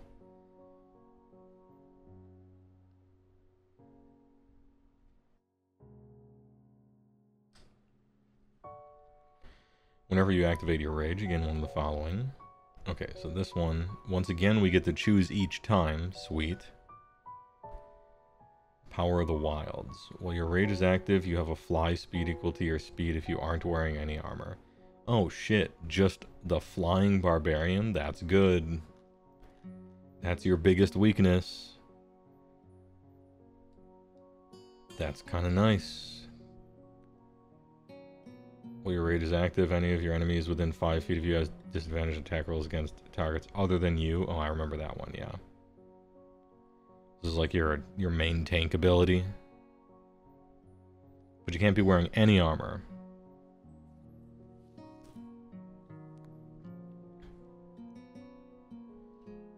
So this barbarian would be on the, like,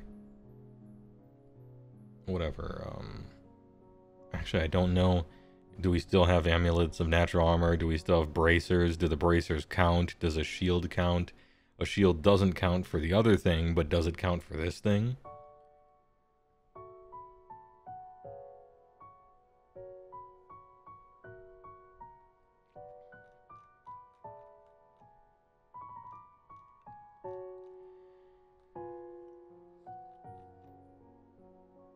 Well, you aren't wearing any armor. Your base armor class equals 10 plus Dexcon. You can use a shield and still gain this benefit. So it's talking about this benefit, so can I use a shield and gain this one?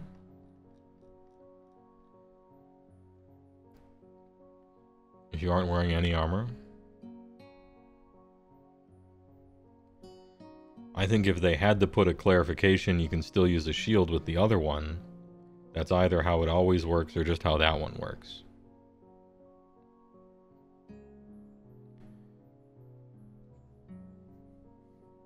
Shields aren't listed under armor anymore. Alright. Are you the type of barbarian to use a shield? Maybe a buckler. I don't think it's gonna break anything one way or another. I'm just kind of curious. Would I let you do it? Sure. While your rage is active, you can cause a large or smaller creature to have the prone condition when you hit it with a melee attack. That would be cool if you procced attacks of opportunity off of it, but since you don't, I don't care. Yeah, Falcon, for sure. Super good.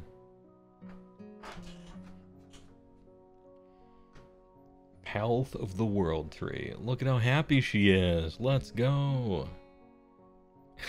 She's so pleased. Alright, what are we doing? Trace the roots and branches of the multiverse? Hold on. Now you have my attention. Very interested. Is this going to be a barbarian that's actually interesting? Barbarians who follow the path of the world tree connect with the cosmic tree Yggdrasil. Let's go! Through their range. This tree grows among the outer planes, connecting them to each other in the material plane. These barbarians draw on the tree's magic for vitality, and as a means of dimensional travel, rifts mentioned. Let's fucking go. Okay, Path of the World Tree. You are an actually interesting subclass of barbarian. Please don't ruin this for me. Please be amazing. Okay. I'm like leaning forward for once. Vitality of the tree. Look at how happy she is. Her face is my face. She's reading the rules as I'm reading them. Rage taps into the life force of the world tree. You gain the following benefits. Vitality surge. When you activate your rage, you gain a number of temporary hit points equal to your barbarian level. That's terrible. Whatever. You get other things though. It's fine. Life-giving force. At the start of each of your turns while your rage is active, you can choose another creature within 10 feet to gain temporary hit points. And you get a number of d6 equal to your rage. Okay, so 2d6. Have to be within 10 feet of you. When your rage ends, they vanish. Okay.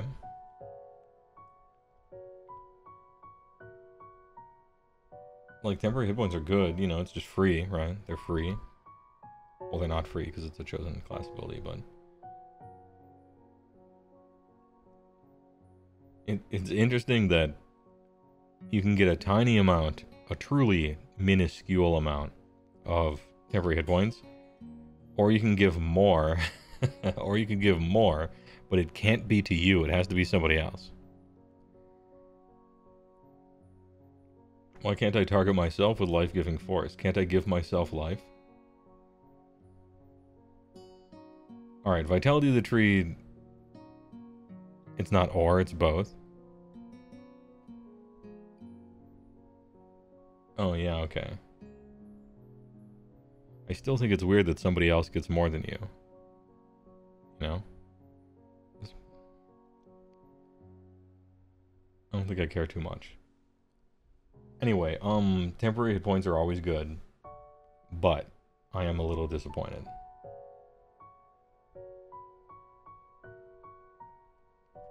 Branches of the tree. Whenever a creature you can see starts its turn within 30 feet of you while your rage is active, you can take a reaction to summon spectral branches of the world tree around it. The target must succeed at a strength saving throw. 8 plus your strength mod. Plus prof. Or be teleported to an unoccupied space you can see within 5 feet of yourself. Or in the nearest unoccupied space. Use Scorpion to get over here. After the target teleports, you can reduce its speed to 0 until the end of your current turn.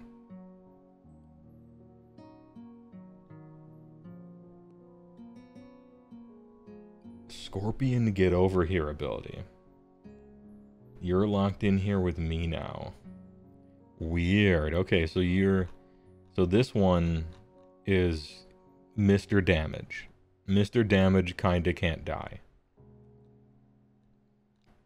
And then this one is like party role utility. So I'm the tank. I can fly. You don't have to cast it on me. I'm an alien from the movie Alien. I can cast 2 spells sometimes, right? And then this one is the battlefield area control guy one. You're giving temp hit points out, but they do have to be really close to you, sadly. You do Scorpion, get over here, stop attacking that guy, attack me. It simply doesn't care about the size of the creature, Rev. It's a teleport. Like, it's not a physical, like, move. It's a downright teleport. So the size of it does not matter. I guess the roots are going to be big. And 0 speed until the end of the current turn. Now, you know, maybe it just passes its save, but still, kind of cool. Level 10 Battering Ruits. During your turn, your reach is 10 feet greater with any melee weapon that has the heavy or versatile property. Ooh. Oh.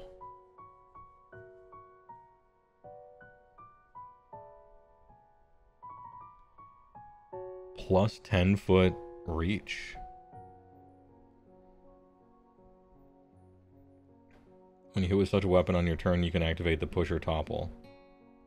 In addition to a different mastery property. Oh. Yeah, it's the battlefield tactician one. Travel along the tree. When you activate your rage, and as a bonus action, while your rage is active, you can just teleport 60 feet. Bink, bink, bink, bink, bink. Okay. In addition, once per rage, you can increase the range of that teleport to 150 feet. Oh, sure. If you do, you can also bring up to 6 willing creatures who are within 10 feet of you. Each creature teleports on a sick. Yeah. Hell yeah, dude.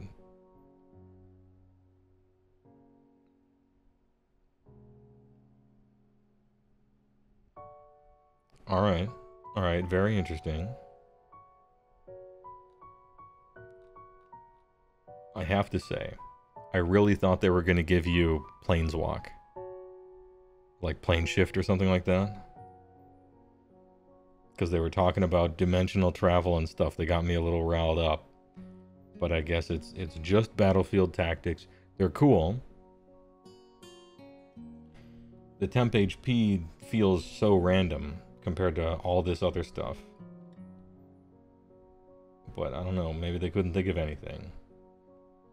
Trees have vitality, I suppose, but it's like teleport other people, teleport yourself, reach farther, and then like hit points.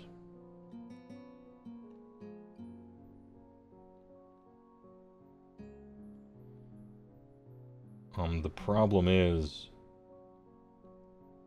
like, if you're like designing this, you want the level 14 ability to be like, is able to cast plane shift, you know, so you're a planeswalking barbarian, and then everything else in the table shifts down one level, and you just get rid of the vitality. But branches is, like, for sure way too strong for level 3. And so on and so forth, so, alright. I mean, it's cool. It's cool. What else could there be? For sure, definitely something to do outside of combat. Absolutely. I mean, it's the one where you're exploring the multiverse and exploring dimensions. So, for sure, what it should have been was some sort of, like, survival, ranger, or like, you know, this one gets speak with animals, right? You could have given them a spell or two that have to do with, like, exploring places in different terrain, or we're on a flame world, or underwater, you know, something like that, right? Some, like, exploring dimensional stuff and be able to, I can live in space or something like that.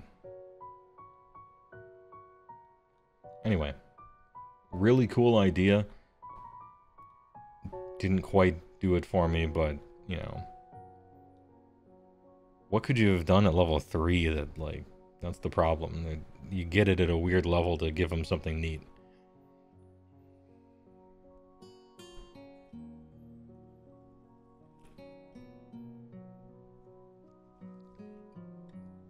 I mean, I like it. I actually like all of them. Path of the World Tree is cool. Wild Heart is cool. And Path of the Berserker is, like, single-minded, but it does what you would want it to do if you're trying to do that, right? AoE Frighten is actually good. Retaliation is sick. Mindless Rage is a nice random thing to have. And Frenzy feels like it is impactful. And so, for the stupid one, right, it has to feel like it's impactful.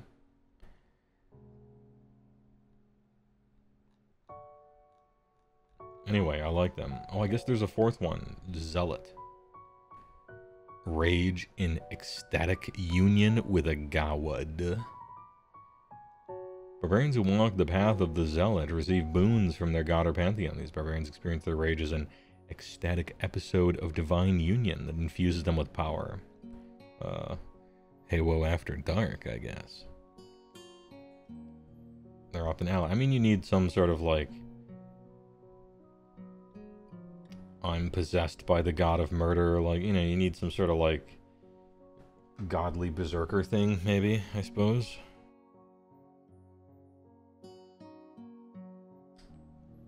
Like, what are you gonna give cultists, you know?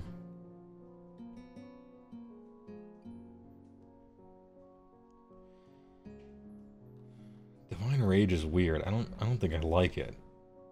I don't think I like the idea. But okay, I'll read on. I'll give it a... You can channel divine power into your strikes. On each of your turns while your rage is active, the first creature you hit with a weapon or an unarmed strike that takes extra damage equal d6 plus half your barbarian level. The extra damage is necrotic or radiant. You choose a type. Okay. The first creature you hit takes extra d6 plus half your barb level rounded down. So d6. It's necrotic or radiant. You choose the type each time you deal the damage. You just hot swap back and forth each time. So Divine Fury is looking real the same as Frenzy, except worse. Arguably better because Radiant Necrotic is less resistible perhaps than whatever, but yeah, it looking real similar to that.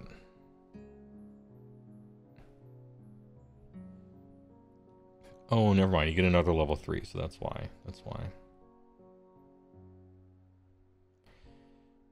A divine entity helps ensure you can continue the fight. You have a pool of 4 d12s that you can spend to heal yourself. As a bonus action, you can expend the dice from the pool, roll them, and regain a number of hit points. Okay, so you get second wind. You steal second wind from warriors, alright. Your pool regains all expended dice when you finish a long rest. Pool's max number of dice increases when you reach barbarian level 6, 5, 12, 6, and 17, 7. Okay.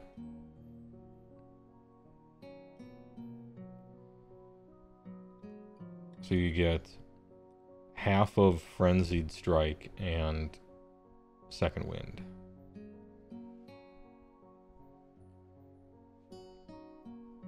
That's really good. Fanatical Focus. Once per active rage, if you fail a save, you can re-roll it with a bonus equal to your rage damage bonus. And you must use the new roll. Oh shit, okay, yeah, just any saving throw. Alright. Better than Second Wind? It's way better than Second Wind, but I don't know what current Second Wind is. Maybe it got buffed too. Zealous Presence. As a bonus action, you unleash a battle cry infused with divine energy. Up to 10 other creatures of your choice within 60 feet of you gain advantage on attack rolls and saving throws until the start of your next turn. Once per long rest. Unless you expend a use of your rage to restore your use of it. Oh shit, what a buff.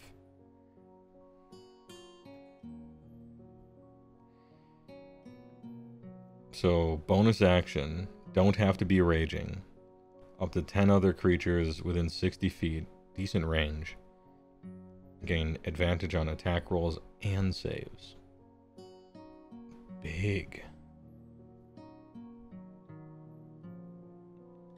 I mean, it's a one-time pulse buff, but it's a super buff. Rage of the Gawads. When you activate your rage, you can assume the form of a divine warrior. This form lasts for 1 minute, or until you drop to 0 points. Once you use this feature, you can't do so again. While in this form, you gain the following benefits. Fly. Okay, so you gain the same thing that this guy gains up here. Resistance. Alright, you gain the same thing as Bear has. And then Revivification. When a creature within 30 feet of you would drop to 0, you can take a reaction and expend a use of your rage to instead change the target's hit points to a number equal to... Okay, so you can save the life of someone.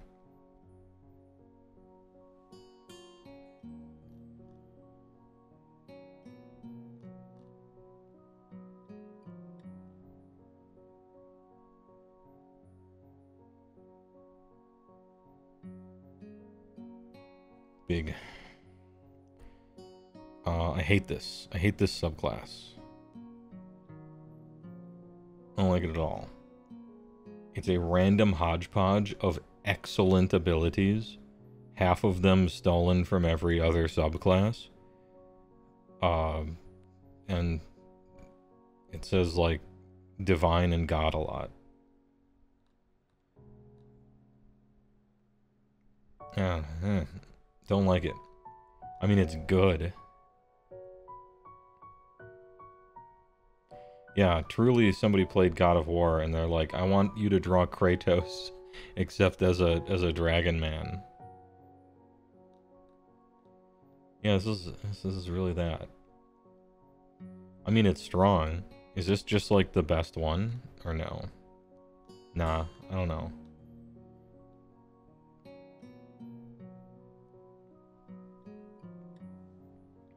Like, the 14 feature is really cool. This thing is neat, but it's only once. I kind of, like, don't want this to be good. Yeah, it's... I like the other ones. I think this one is kind of weak. A Revivification is sick. And the 14 thing is super strong, obviously. And, like... just choosing to get an extra roll at a save is so good, especially at 6.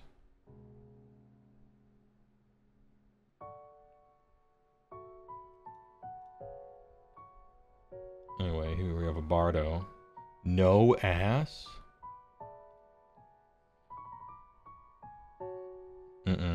No, that's not okay.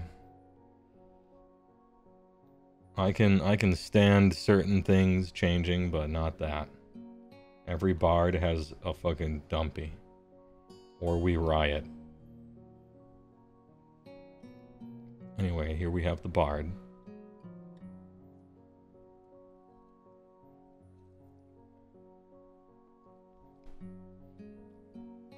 He makes up for it with charisma. No, you don't understand. That's what charisma is. Anyway, saving throws are dex and charisma. Skills, fucking anything. Choose any 3. And then choose some musical instruments. Light armor.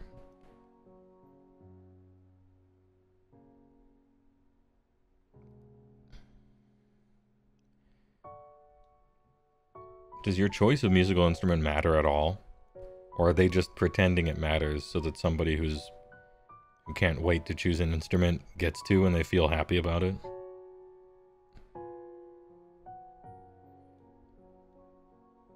I mean, I feel obliged to make it matter, right? Ahem. It doesn't matter at all? Okay. I mean, look, that's where the GM takes over, right? It's our job.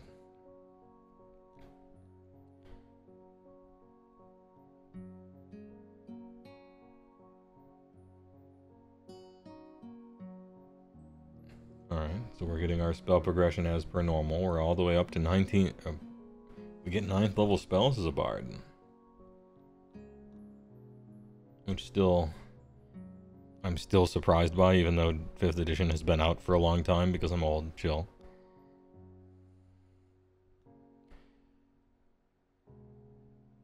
Can the following traits from the core bard traits table. Hit die, proficiency in 1 skill, proficiency in 1... I like how they tell you as a multi-class character what you get. It's kind of helpful, right? Yeah, it's a full caster in 5e. Okay. Alright.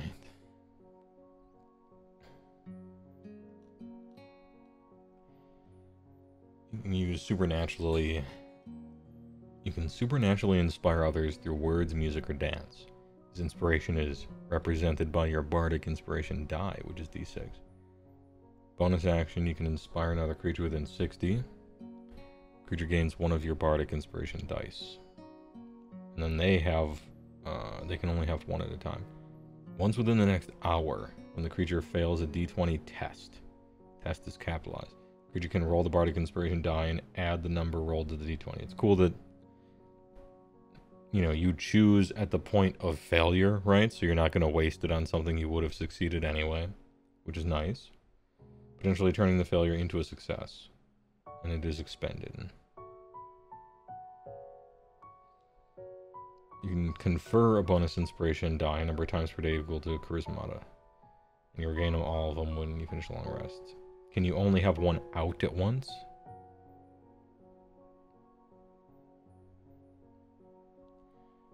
I think you can seemingly have as many out as you have access to. Now they go away after an hour, right? So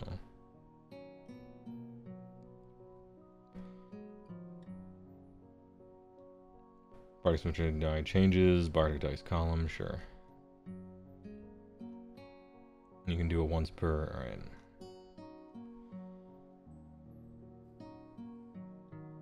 You know, 2 cantrips. They recommend Vicious Mockery and Dancing Lights. Whenever you gain a bard level, you can replace one of your cantrips with another cantrip of your choice. When you reach 4 and 10, you learn another cantrip of your choice from the bard spell list, as shown in the table. Okay, so you can hot swap some of them out. The bard features table shows how many spell slots you have to cast your level 1 spells. Prepare a list of 1 spells that are 1+, huh? We're using 1+ lingo. For a list of level 1+ spells that are available for you to cast with this feature, to start, choose 4. Charm Person, Color Spray, Dissonant Whispers, and Healing Word are recommended.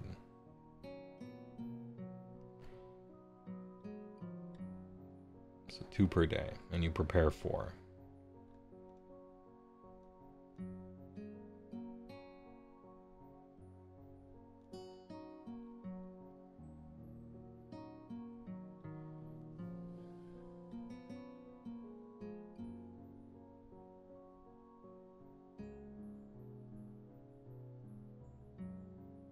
Alright.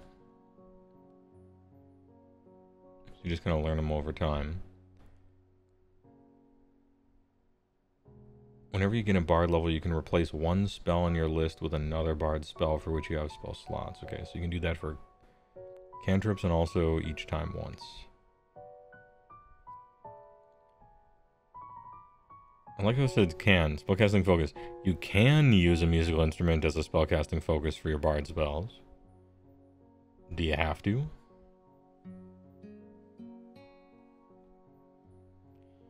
You gain expertise in 2 of your skill proficiencies. Performance and persuasion are recommended, yeah. And then in more.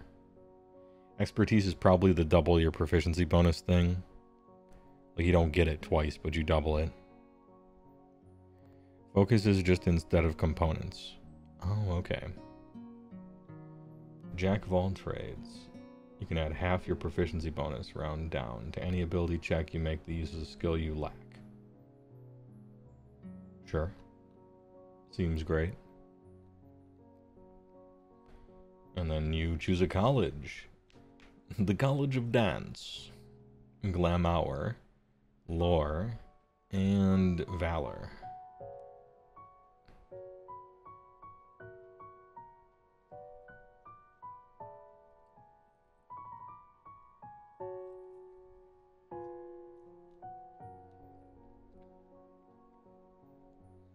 Does your bard beat a drum while chanting the deeds of ancient heroes? I sure as fuck hope not.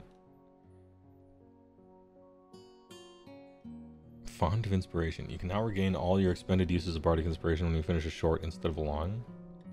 In addition, you can expend a spell slot, no action required, to regain 1 expended use of Bardic Inspiration.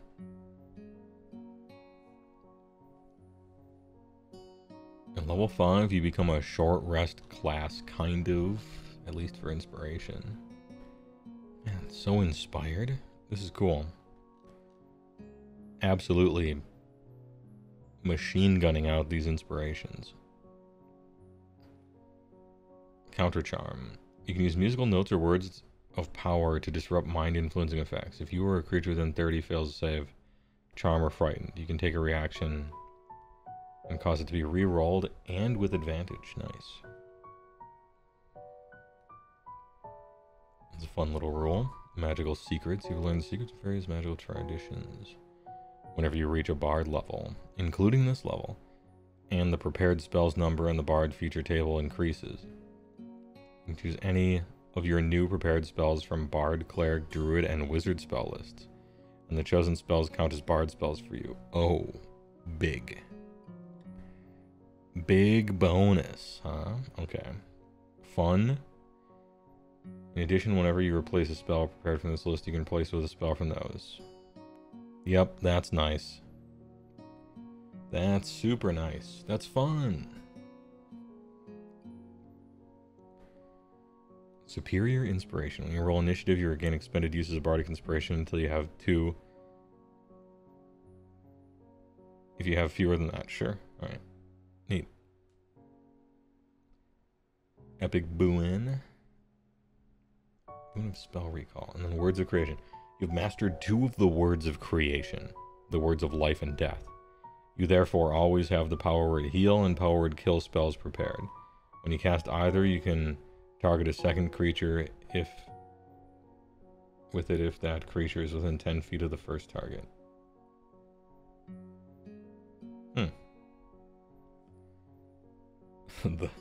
I hope those spells are good this edition. I mean, you're getting mostly spells, right, from your leveling up, so that's fine that these are sparse.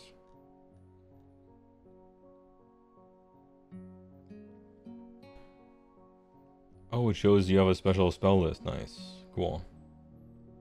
And you can pull in after 10 from stuff. Components are so fake, literally no one cares about them, which is a pity. Good spell components can calm the caster craze. I think it's just I like spell components because they feel ancient and awkward and a pain in the ass and annoying, but like realistic and cool and flavorful and immersive. But the quality of life of not having to worry about them is way too strong and feels too good. And so it's like, I don't want to have to keep track of them and go find them either, you know? So I'm sad that nobody uses them, but I fully understand why. But if I was in a game that really wanted me to track them and go find them and stuff, I would enjoy myself.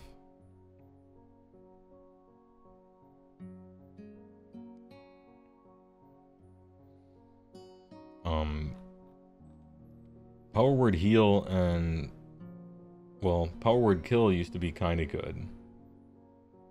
But only kinda. In 5th edition, it certainly wasn't.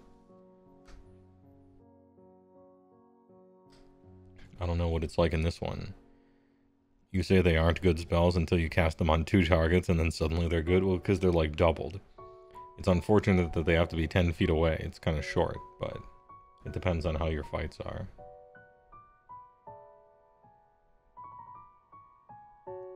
You think in a game where magic is rare but wildly powerful, components would be more justified? That's the exact description of what I want magic to be. For sure. Rare but wildly powerful. Annoying and difficult to do, but total nonsense. In 5e, you're just shooting spells from the hip. Yeah, okay. I mean, that's good and bad. It's just a different way of doing it.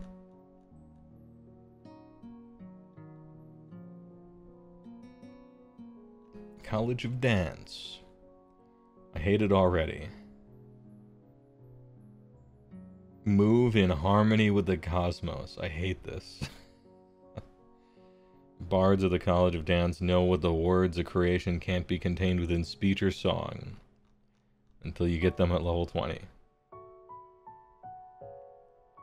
While you aren't wearing armor or wielding a shield, you gain the following benefits. Oh yeah, so here we go. This sentence essentially explains the answer to the barbarian question. Well, you aren't wearing armor or wearing a shield, so clearly they are different.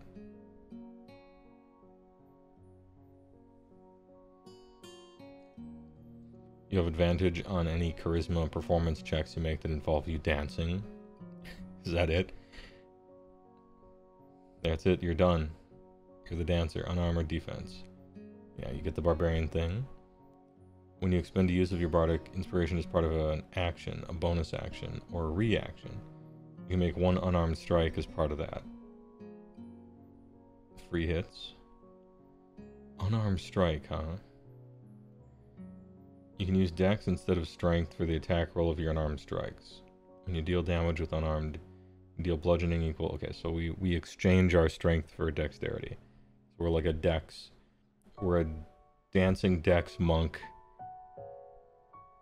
You're just you're the thing from Final Fantasy 14, right? You're just the dancer. That's what someone played Final Fantasy 14 and they were a dancer, and so they wrote this.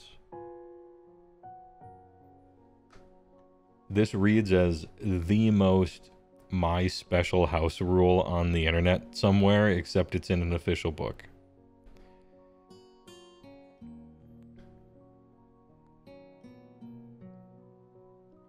Anyway, you roll your bardic inspiration die as damage.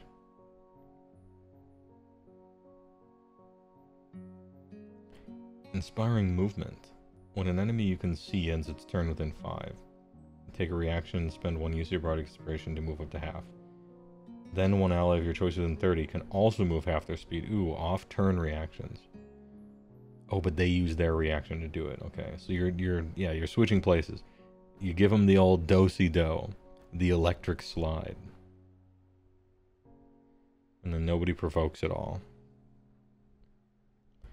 Tandem footwork. When you roll initiative, you can expend 1 use of inspiration.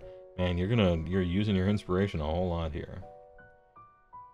If you don't have the incapacity, when you do roll your bardic inspiration die, you and each ally within 30 gains a bonus to initiative equal to the number rolled. Yo, big init, whole party init bonus. Nice. And leading evasion. When you are subjected to an effect that allows you to make a dex save to only take half, you instead take no. Oh, we get improved evasion. If any creatures within 5 are making the same dex save throw, you can share this benefit with them for that save. Big. Can't use this feature if you have the incapacitated, sure. The Glam College. Let's go. Bubblegum Crisis opening. It's real. And I loved how they spelled it. Weave beguiling fey magic. Hey, alright. The College of Glamour traces its origins back to 1983. I mean, the Feywild.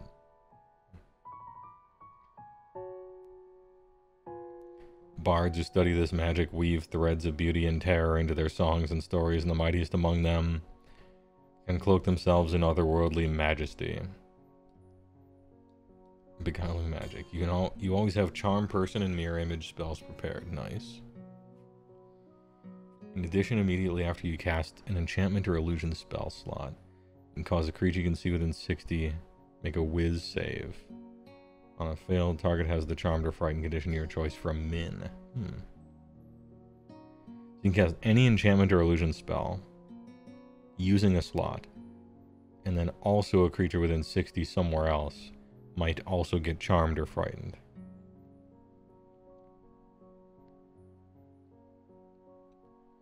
Once you use this benefit, you can't use it again until you finish a long. But you can restore a use of it by expending your inspiration. No action required.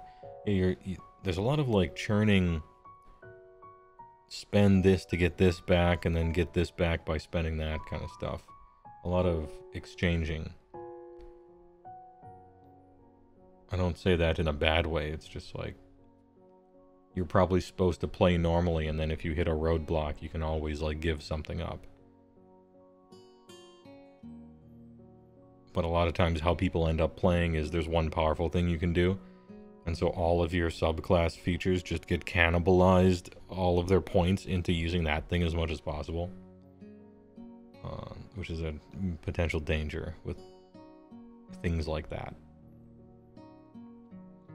Mantle of Inspiration. You can weave fey magic into a song or dance to fill others with vigor. Choose a number of other creatures within 60 up to a number equal to your charisma mod. Each of them gain a number of temp hit points equal to 2 times the number rolled on the Bardic Inspiration die.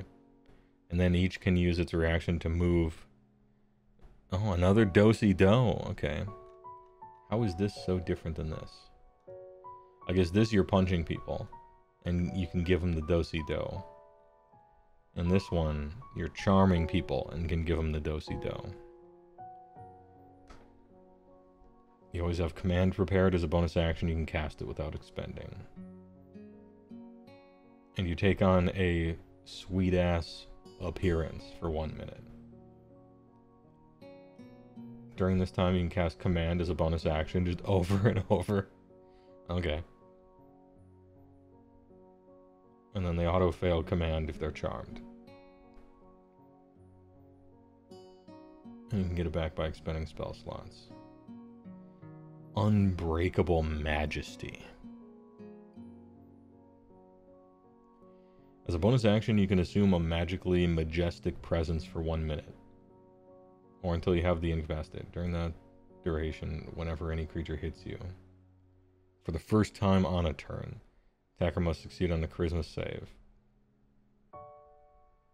Or the attack simply misses instead. As the creature recoils from your majesty. Once you assume this majestic presence, you can't do so again until you finish a short.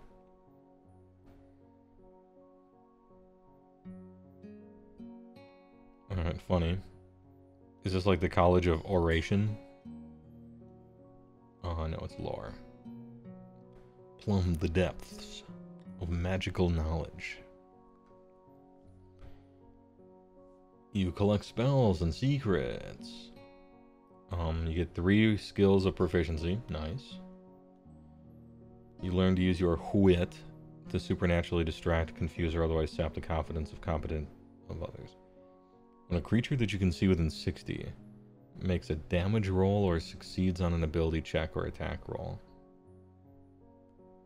you can take a reaction and spend 1 use of your Bardic Inspiration to roll your Bardic Inspiration die and subtract the number rolled from the creature's roll, reducing the damage or potentially turning the success into a failure.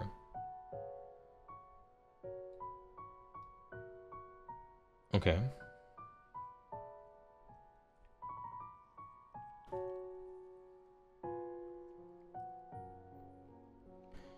So damage roll, ability check, or attack roll.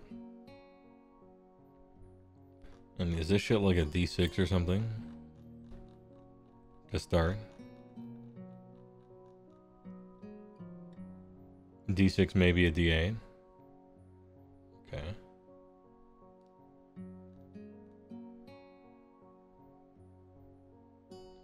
Alright, alright.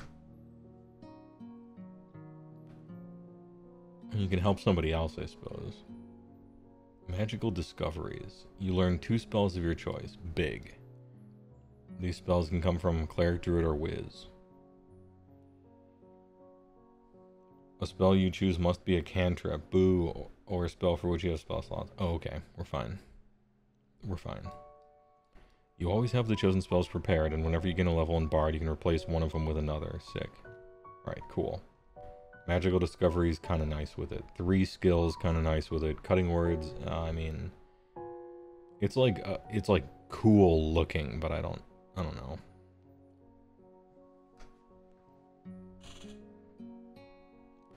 And then peerless skill. When you make an ability check or attack roll and fail, you can expend 1 use of Bardic Inspiration and add the number rolled to D20, potentially turning it into a success. But on a failure, it isn't even expended. Neat. Alright. Okay.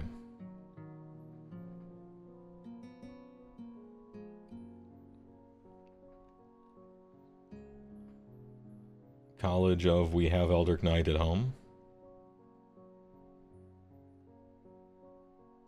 You can use your wit to turn the tide of battle. A creature that has Bardic Inspiration die from you can use it either defense or offense. When the creature is hit by an attack with a roll, they can use a reaction to roll the Bardic Inspiration die and add the number rolled to the AC. potentially causing a miss. Immediately after the creature hits a target with an attack roll, the creature can roll the Bardic Inspiration and add the number to the attack's damage against the target.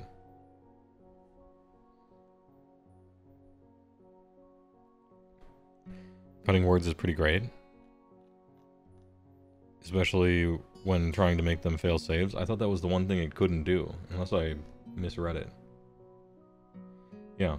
When a creature that you can see within 60 makes a damage roll or succeeds on an ability check or attack roll.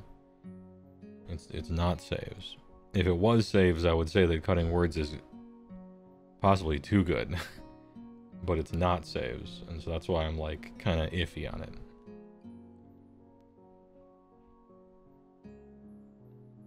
Anyway, combat inspiration is good. You gain proficiency in martial weapons and training with medium armor and shields. Sure, and you make a little harp on there. And they can be your spellcasting focuses, sure. You get extra attack at 6, nice. In addition, you can cast one of your cantrips that has a casting time of an action in place of one of those attacks. So you can either attack twice, or attack once and cast a cantrip. Neat. After you cast a spell that is casting time of an action, you can make one attack with a weapon as a bonus. Big. Battle magic. Alright, College of Valor is kind of neat. Then we get to the Miraculous Priest. We also get to the end of the stream. I guess this is part 1 of 70. Me going over this book. So far, what are my thoughts?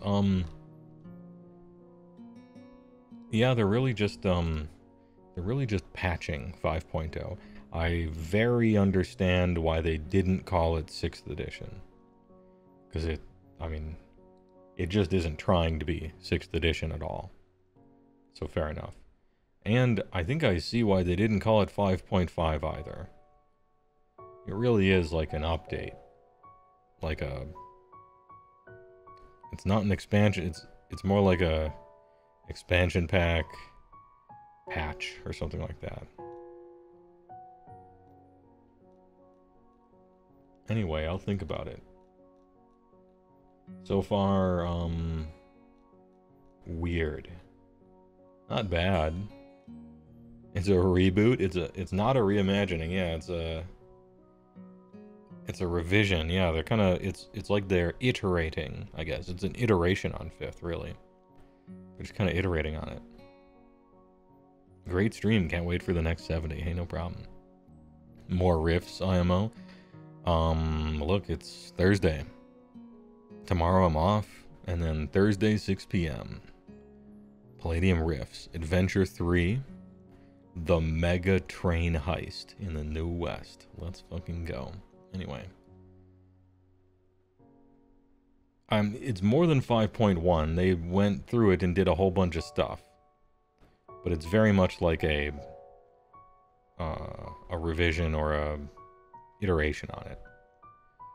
Which, if you liked 5.0, great, right? Because it just kind of adds more stuff to it, I guess. I don't have any, like, shit-talking to do about it so far. I'm not, like, blown away. But I'm also not gonna, like, make fun of it, so... Hey, D&D, that's pretty cool. But Thursday, I'll be playing Palladium Riffs. Now, there's a rule system, and alright. Anyway, thanks for watching. Thanks for the subs and the bits. And the primes. I'll see you guys Thursday. For tabletop RPGs, comma, other.